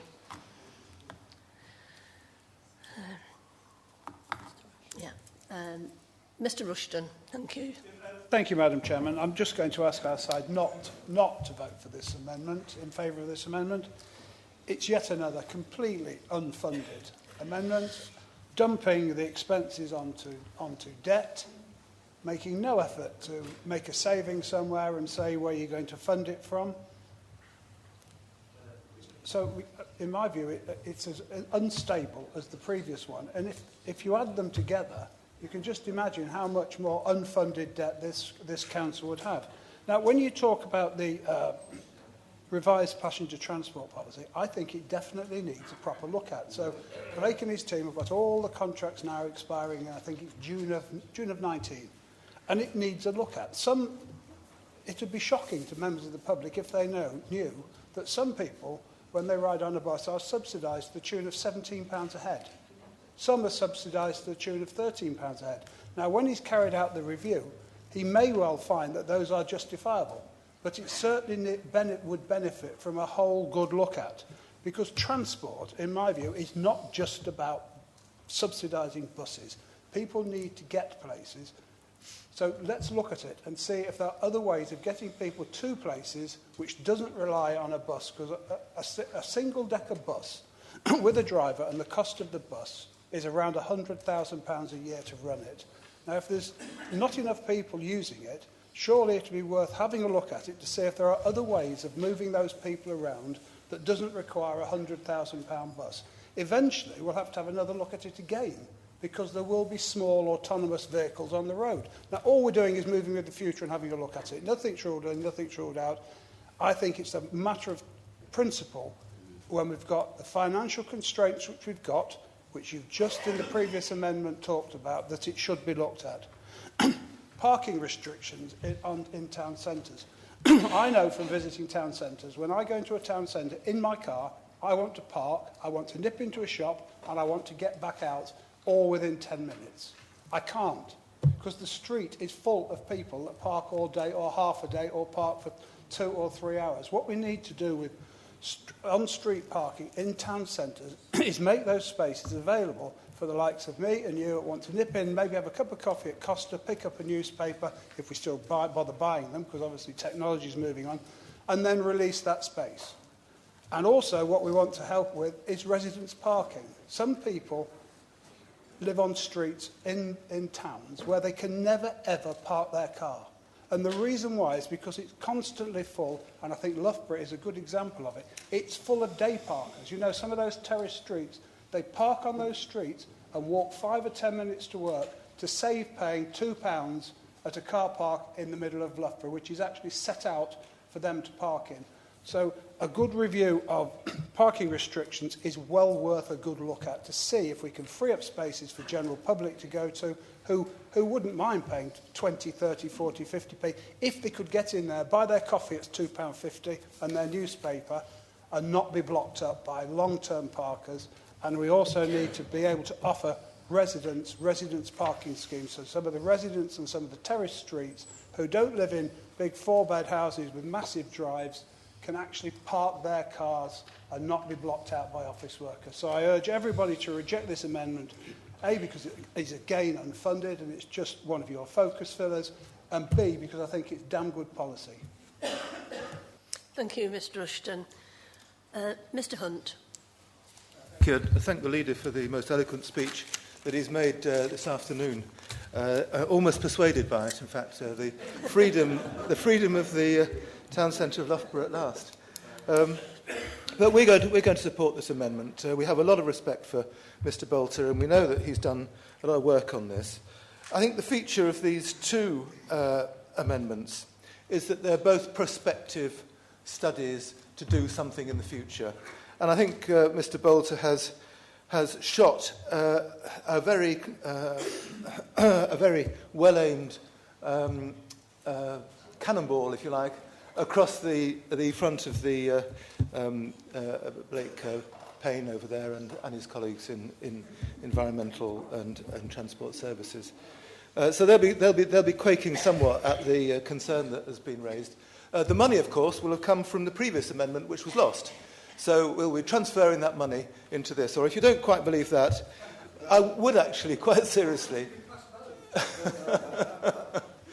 come back to the point that, this afternoon should have been about the language of priorities. It should have been about measuring the damage that we're doing to many of the families that are affected by these cuts against a more radical look at where we're spending money year after year after year. And as you know, I would particularly signal the dual two level councils we have in this county, which is wasting money year after year. Thank you very much. Thank you, Mr Hunt. Mr Payne. Thank you. Madam Chairman, firstly, can I just draw upon a comment that was made previously by Mr Galton? He claims that the increases in deficit in the last 2 years of this current MTF would still be less than the deficits that were proposed by the Conservative administration. Well, yes, there may well be less, because that proves that this administration is managing the budgets of this council properly and appropriately. They're coming down. So it's through the measures and the actions we're taking here that enable that comment to be made. Can I just now move on to the amendment and the two E&T highways items that have been identified here? What concerns me is Mr Bolter tries to claim that we are actively seeking to achieve some sinister objective through this. And we'll just take the ET4. It's been suggested that last year we put £1.3 million back into the budget to save the bus subsidies. Now, I can't remember from the top of my head what the wording of that provision in that MTFS was. It might well have been to remove bus subsidies. But as you can see here, ET4 says to revise passenger transport policy. 1.3 million is not the same as the 400,000. And as the leaders quite eloquently said already, I've now been thoroughly briefed on this particular policy and what we're seeking to achieve here. And I can tell Council they would be horrified to know that there is not a robust criteria or set of principles that underpin how we currently spend the money in this area. We as a council need to come up with some criteria that's fair, that's equitable, that can be used in spending the finite resources of the council in this particular area. No one's saying that we will not continue to support passenger transportation and buses, and indeed once a consultation's been completed, it might well be that we decide to keep some of the services that have been identified that the leaders already suggested receive quite a high level of subsidy. But frankly, we don't know because we don't have the data. It's good policy, good sense to review this and get a policy that is equitable and fair and at the same time recognises the demand on these services but also seeks to make an efficiency. As we have done and as we achieved through the £43 million worth of savings the Department's already made since 2010-11. So I won't be supporting this amendment based on what I've just said then. ET10, review of parking restrictions in town centres. Now, the focus of the debate and the mover of the amendment is on parking charges. But you can see ET10 says a review of the parking restrictions, and the leader has already spoken about the restrictions in town centres and the single yellow, the double yellow lines. The highway network has changed markedly over the last 2 years, let alone 4, 5, 6 years, and it's right that the council and the department take a look at where the restrictions are, how that can better help the congestion issues that I'm sure all members receive comments about and their residents feel they're blighted over. There are things we can do without building new roads necessarily because we simply don't have the money, but to review the restrictions and the effect on residents of regulatory policies within the area is sensible. But of course, that needs to be accompanied, if we're doing that chunk of work, with a serious look at on-street parking charges as well.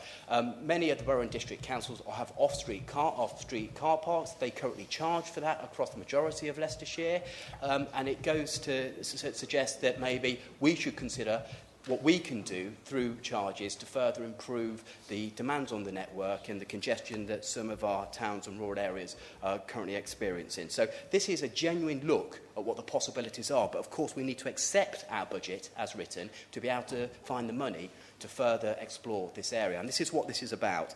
And if the consultation comes back and suggests there are things we can do, we can then realise some of the savings as been suggested. So apart from the proposal as to further take from the future developments, and I've already spoken about that, I wouldn't be in favour of taking from other key projects that this council are dependent on to find future savings and a better offer. But from what I've just said, I will not be supporting this amendment. Thank you, Madam Chairman. Thank you very much. Thank you. Mr. Meyer. Thank you. Thank you, Madam Chairman. I wasn't going to speak on this, but I think the leader has prompted me, and I think the most opportune time to put your hand up is when the leader's looking in your direction and you get a few sound bites. But really, as I work in Loughborough Town Centre, and as part of the town centre falls in my division, I think I'm qualified to say that parking restrictions in Loughborough Town Centre do need revision. They do need looking at, but they don't need parking charges per se. And I think if we're talking about on-street car parking charges, it will only just move the problem further into my division. The Hastings ward, part of my division, doesn't have any residence preference parking schemes at all, and a lot of people do park there, and they walk into town to either work or do their shopping, or actually work in the borough council offices. We have worked at car parking in Loughborough with Councillor Slater previously and our Councillor Morgan, as well as leader of Charnborough Council. We have worked on car parking. We are looking at studies to see if we can help alleviate some of the problems in my division and the wider the town centre. But I think this is a prelude to car parking, on-street car parking charges, and that's why I'll be supporting this amendment. I don't think this is per se just about looking at restrictions and revising them. I think it is a part of it, but I think the majority of this and the way it's worded, I'm not saying that you're sneaky, but the way it's worded means that it's probably coming down the road, and we're 3 years away from a county election again, Mrs. Chairman, so I don't think it's any other thing but that. But I'll wait to see. But I think this amendment will be lost, so I want to take the leader up on an offer. If this amendment's lost, and we do go and we get this savings, maybe we can look at what those savings can bring for the residents of East Loughborough and Hastings Ward in particular, and other areas of Leicestershire where residence preference parking scheme hasn't been implemented and is in desperate need. And I think you've alluded there that we can look at those if this amendment is lost and this budget savings made. So I may be sending a few questions to Cabinet when this amendment is lost. Sorry, Mr Bolter. When this amendment is lost and the Cabinet have this savings as to how we can progress resident preference parking spaces in East Loughborough, but also in the wider Leicestershire area. Thank you, Madam. Thank you very much, Mr Meyer. Mrs Taylor. Thank you, Madam Chairman. I will not be supporting this amendment, and I welcome a review of parking restrictions. I think parking restrictions are not just needed in town centres, but in some of our rural villages that hold major tourist attractions. In my division, we have a serious issue with parking around Bradgate Park, with people parking on the road to avoid paying for parking in Bradgate Park. I'm campaigning for a holistic look at parking issues in Newtown Linford, and I welcome this review. My residents are blocked in their driveways. We have cars mounting the pavement to pass parked cars, putting pedestrians in danger and bringing the village to a standstill on a sunny day. This is a serious issue. It's not just restricted to the town centres, and we need to look at the whole county when we do this review. Thank you. Thank you very much, Mr Taylor. Mr Bray, thank you. Yes, thank you, Madam Chairman. We seem to have strayed into a debate on the need for looking at parking regulations around all areas, and I have to say I'm absolutely in favour of that. The division I represent covers most of the town centre of Hinckley, and for as long as I've been here, and Mrs Bill's at the background, she'll tell you when she used to represent the area I represented, it was exactly the same there. There's an urgent need to look at residents' parking and restrictions in the town centres, because it is a major problem. But we've moved on to talking about restrictions on and parking regulations. But what nobody has said is how changing a few yellow lines around the town is going to raise this council £600,000 a year in charges. Well, of course it isn't. And the problem is we've got a little bit, we're having to speculate a little bit here, although the comments that the leader has made seems to indicate that we've got our speculation bang on, because nobody so far will come clean, despite efforts of Mr Bill and Mr Bolter, to say exactly what the changes to is to generate this £600,000 a year. But in fact, it's fairly obvious that the only way that the council is going to raise this sort of money is by levying a charge by one way or another. Either permits, either ticket machines, meters, call them what you want. One way or another, people who are currently parking in an area that is free will suddenly have to start to pay.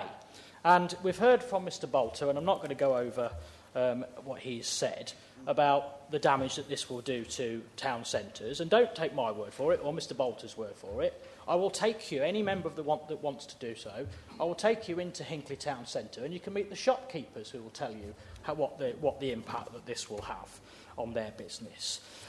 Again, we're having to speculate a little bit, but I can't imagine for 1 minute that £600,000 a year is going to be raised from putting in parking bays in some tiny rural hamlets. So it will be the market towns that are impacted on this quite clearly. And not only will it have... We've talked about the residential parking, but if those short-term bays, for example, in parts of Hinckley, all of a sudden have charges applied to them, those people who, by human nature, avoid parking charges and park there for free will move into the residential streets, knocking that problem on further and further out as we go. So this is clearly a clear problem. We do need residents parking. We don't need short-term parking charges, in my opinion. And people have mentioned the broken promises on council tax. This is another Conservative broken promise. Let's be clear about that, because I can come here at the next meeting and I will bring you Conservative leaflets from Hinckley and Bosworth that said that this proposal would be dropped, that there would be no on-street parking charges should the Conservatives win the election. Now, the votes have been safely counted. The proposals are still here. Exactly the same with bus services. You know, we heard at the last council meeting, as we've said, in mainly Conservative divisions, that people were getting worked up about it, and then we've got another con trick that as soon as the votes are counted, the budget cuts are back on the table, and there we go again. Now, we need to be very careful about these bus services because, again, it's going to impact on mainly vulnerable people, different vulnerable people than what we previously talked about with children's centres. But people who rely on buses in rural areas, it is their only means of accessing their services like their healthcare, etc., etc. So we need to be very careful. And we've talked about moving to demand-responsive transport, more using it more. Well, people don't get ill and then sort of say, well, I arrange to be ill on a Tuesday when the demand-responsive transport's going to come into my village. It doesn't work like that. If people all of a sudden need to get there, they're either going to have expensive taxis or they've got no way of getting there. And we've talked a little bit about, and the arguments have been made about where the money's going to come from on this. Well, it's £1 million a year what we're talking about. Now, the 8 years that I've been here, on average, I think it's about 10 million that the council underspends every year on the budget. My colleague here tells me that he's been here, nearly 30 years, and that every single year there is similar amounts that the council underspends. So it is very, very silly, really, to say that this is going to massively change the budget by these two measures. And we've heard from Byron how he's going to be bringing back the magic money tree from London. And you know, I really do wish him well in the fairer funding campaign. It's right that we should do it. You know, I will certainly help support him in that. But we've heard about the cynicism on how the Conservatives have treated the electorate over these issues. There's some cynicism from me that on this particular issue, the fairer funding campaign seems to be launched every time there's a bit of bad news, either because the Tory government shortchanged the council or because the Tory Mr. Bray, council... you've had 5 minutes. OK, I'll second the amendment. Thank you. Right. Mr Rhodes, would you like to... Well, I'm not sure where the Liberals stand on this one because they seem to have different views, don't they?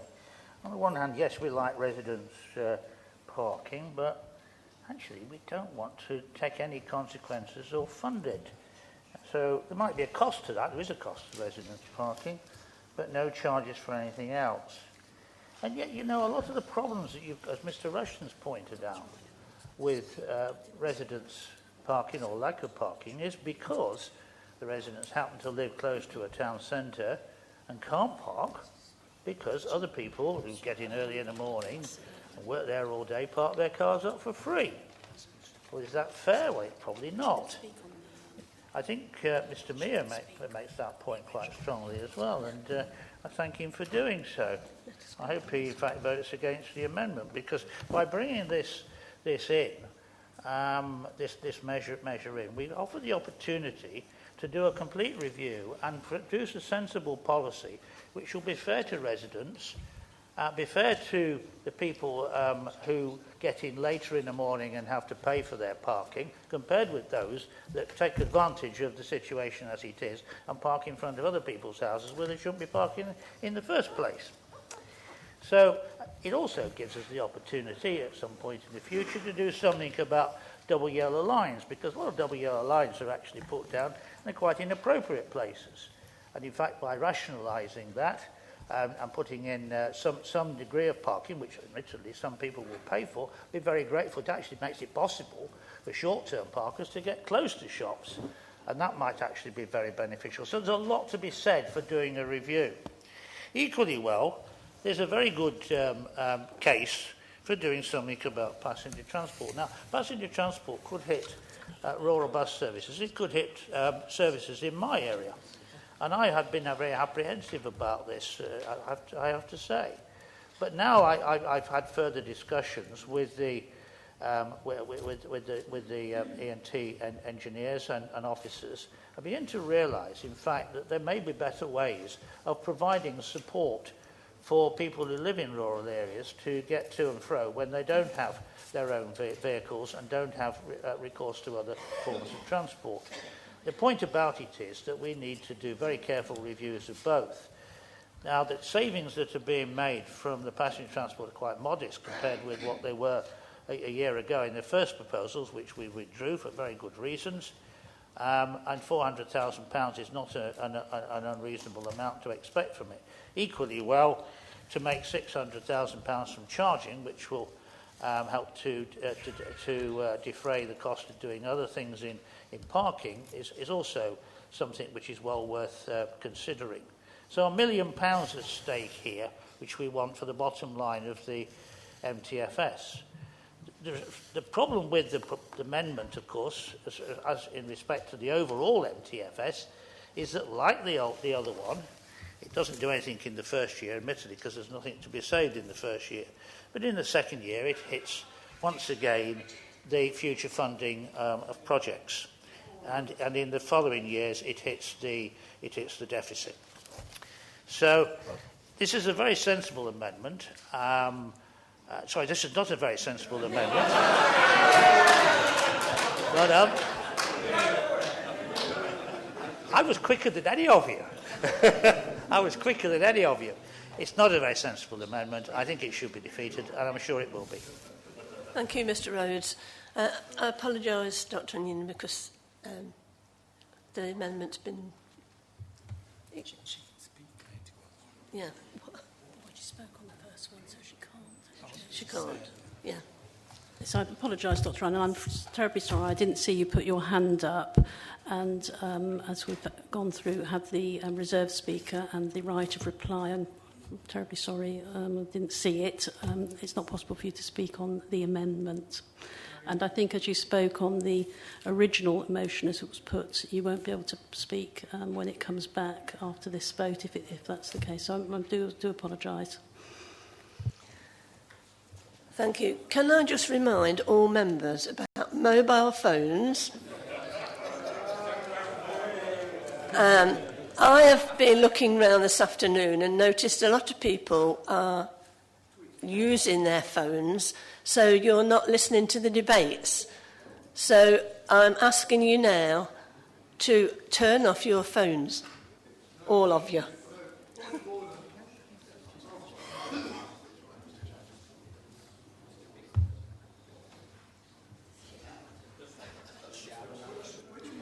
Can you just be quiet one? I think I'm reasonably sure on this fact that Mr. Pickles did say that social media was perfectly acceptable during council meetings and that we are entitled to engage with our constituents. No, it's not a point of order. No, it is not a point of order. When it disrupts a meeting, then I have every right to tell people. Thank you. Right, back to the agenda. Yes, yeah. So yeah. So we've come to the point at which we'll take another recorded vote, please, on the amendment proposed by Mr Bolter. As before, please, if I read out your name, can you please indicate whether you wish to vote for or against that motion, or whether you wish to abstain? Mr Bedford. Mr Bentley. Mr Bill. Mr Blunt. Mr Bolter. Mr Bray. Mr Brecken. Dr Bremner. Mrs Broadley. Mr Charlesworth. Mr Coxon. Mr Crooks. Dr Einan. Dr Feltham. Mrs Fryer. Mr Galton. Mr Gamble.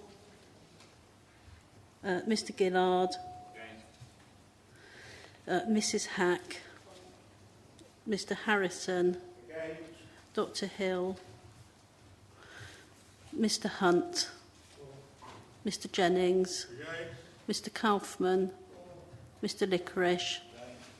Mr Mia. Mr Morgan. Mr Mullaney. Mrs Newton.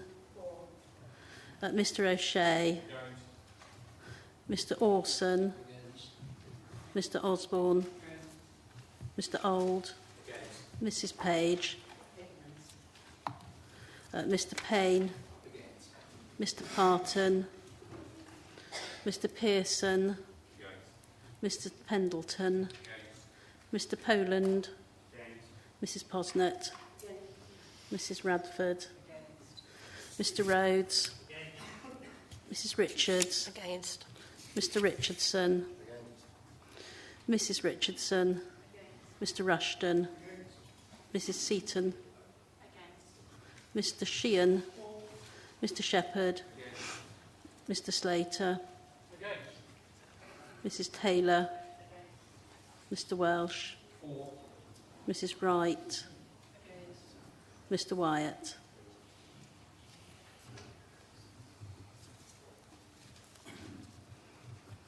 Thank you.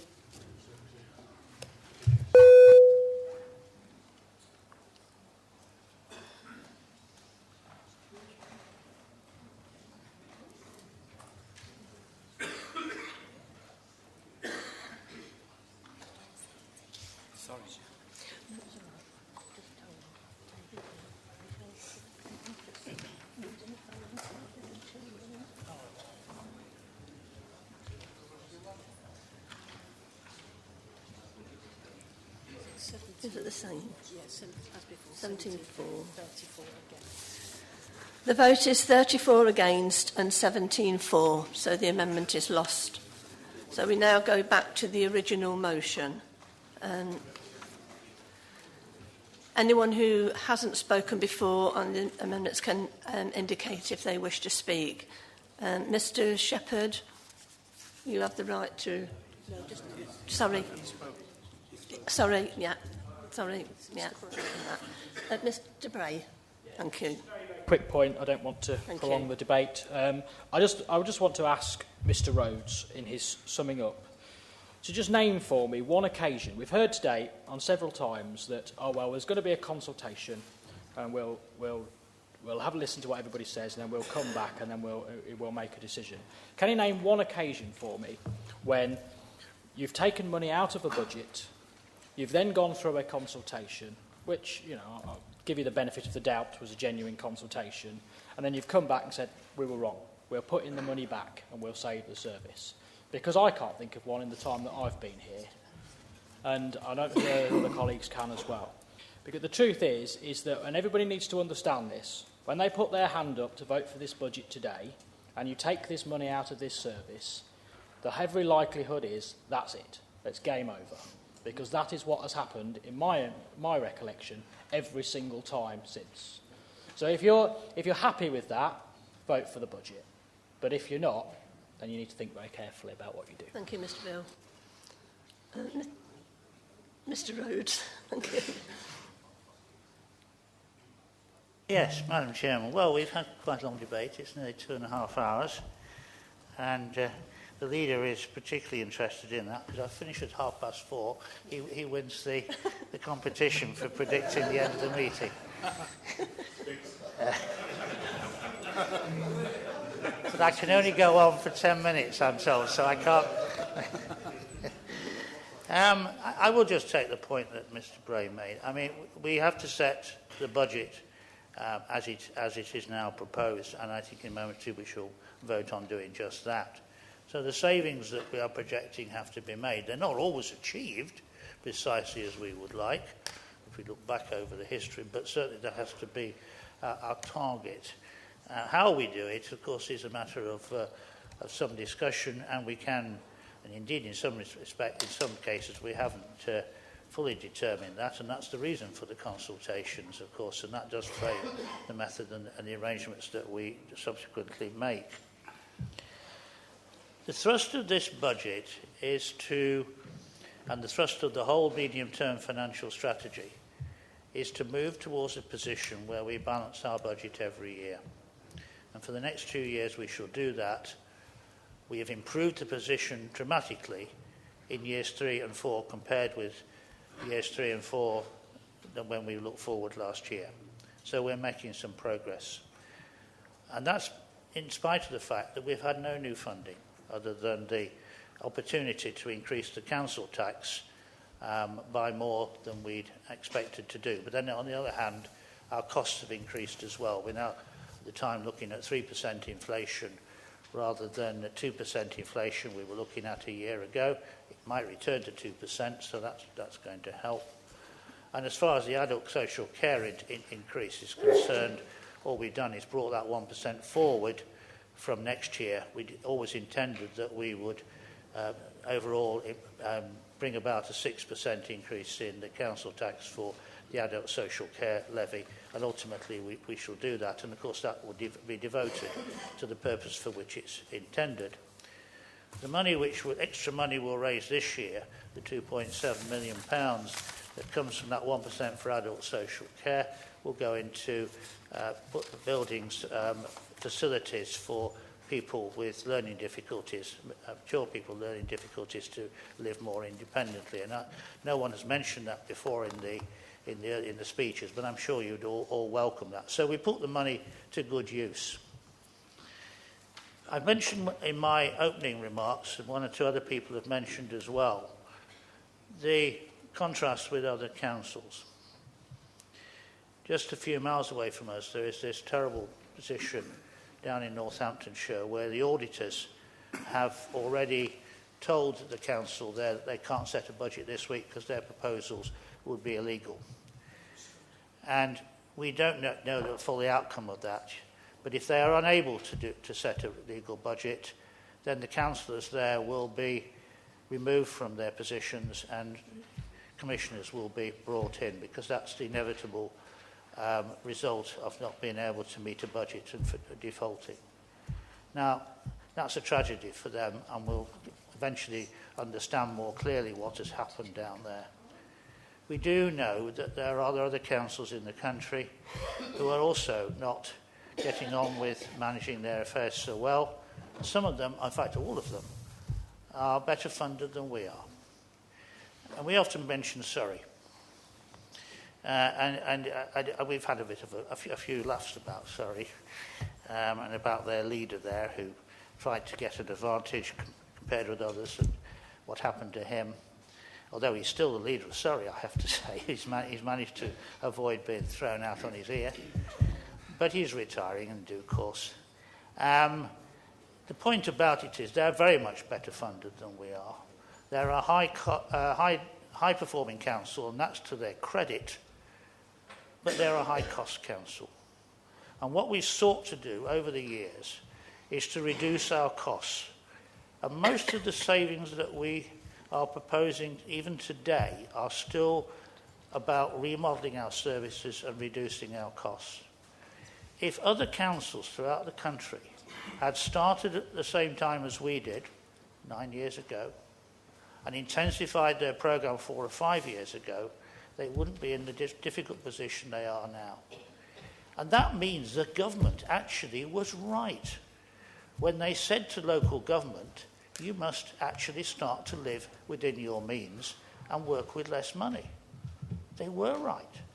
I wish they could have said the same thing and with the same determination for many other areas of public service where the same pressures have not been brought. And I'm at one with other members who would take that view, because they could have done that. And one of the things we often hear about, because it's such an emotive subject, is the health service. And the health service is a wonderful institution which probably is the envy of the world, certainly the envy of many people in the United States, for example, and in many other places. But basically, it is a fairly low-cost service. But it could actually be managed probably with much lower cost than it is currently. Not to reduce the services, of course, not to reduce the services, but to do things more effectively, particularly in its procurement policies.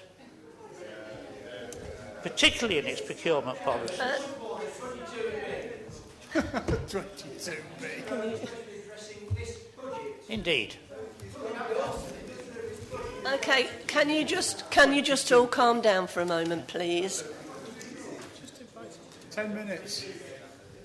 Carry on, Mr. Rush. Can I continue? Yeah, carry on.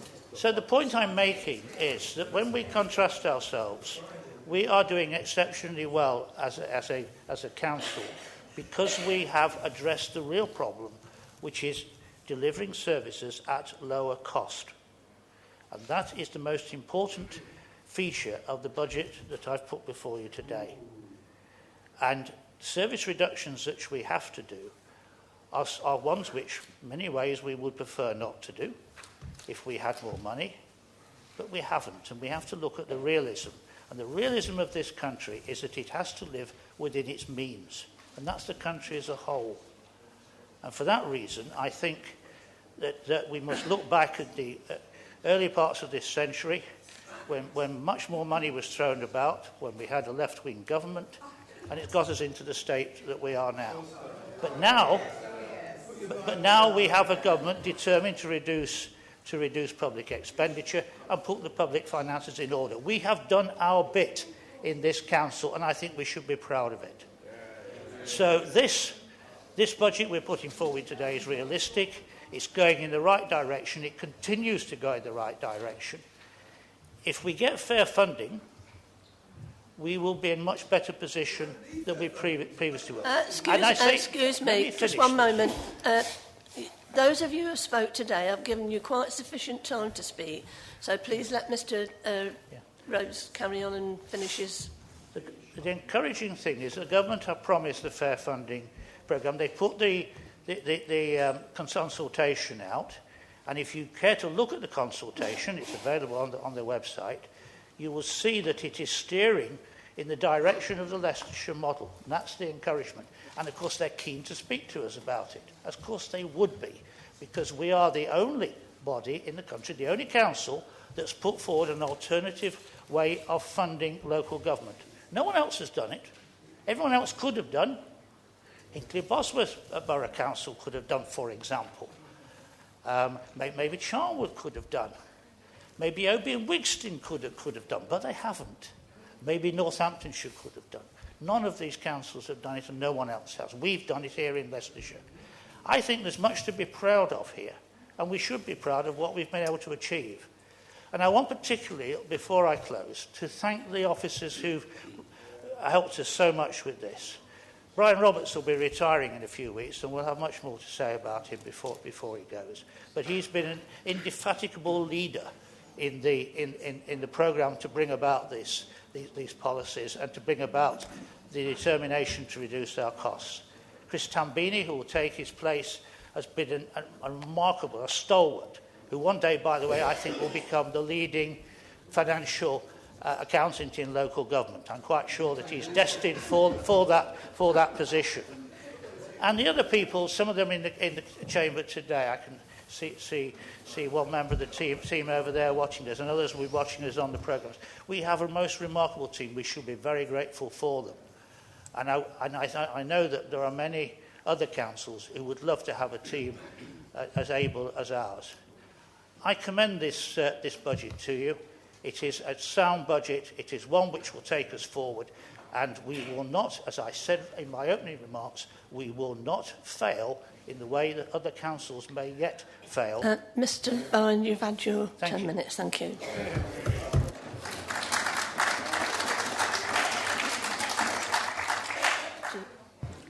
So finally, for the last time, we'll have the vote, please, on the proposal put by Mr Rhodes, the motion put by Mr Rhodes as item 5. Mr Bedford, Mr Bentley, Mr Bill, Mr Blunt, Mr Bolter, Mr Bray, Mr Brecon, Dr Bremner, Mrs Broadley, Mr Charlesworth, Mr Coxon, Mr Crooks, Dr Einan, Dr Feltham, Mrs Fryer, Mr Gorton, Mr Gamble, Mr Gillard, Mrs Hack, Mr Harrison, Dr Hill, Mr Hunt, Mr Jennings, Mr Kaufman, Mr Lickorish, Mr Mear, Mr Morgan, Mr Mullaney, Mrs Newton, Mr O'Shea, Mr Orson, Mr Osborne, Mr Old, Mrs Page, Mr Payne, Mr Parton, Mr Pearson, Mr Pendleton, Mr Poland, Mrs Posnett, Mrs Radford, Mr Rhodes, Mrs Richards, Mr Richardson, Mrs Richardson, Mr Rushton, Mrs Seaton, sorry, Mrs Seaton, sorry, thank you, Mr Sheehan, Mr Shepherd, Mr Slater, Mrs Taylor, Mr Welsh, Mrs Wright, and Mr Wyatt.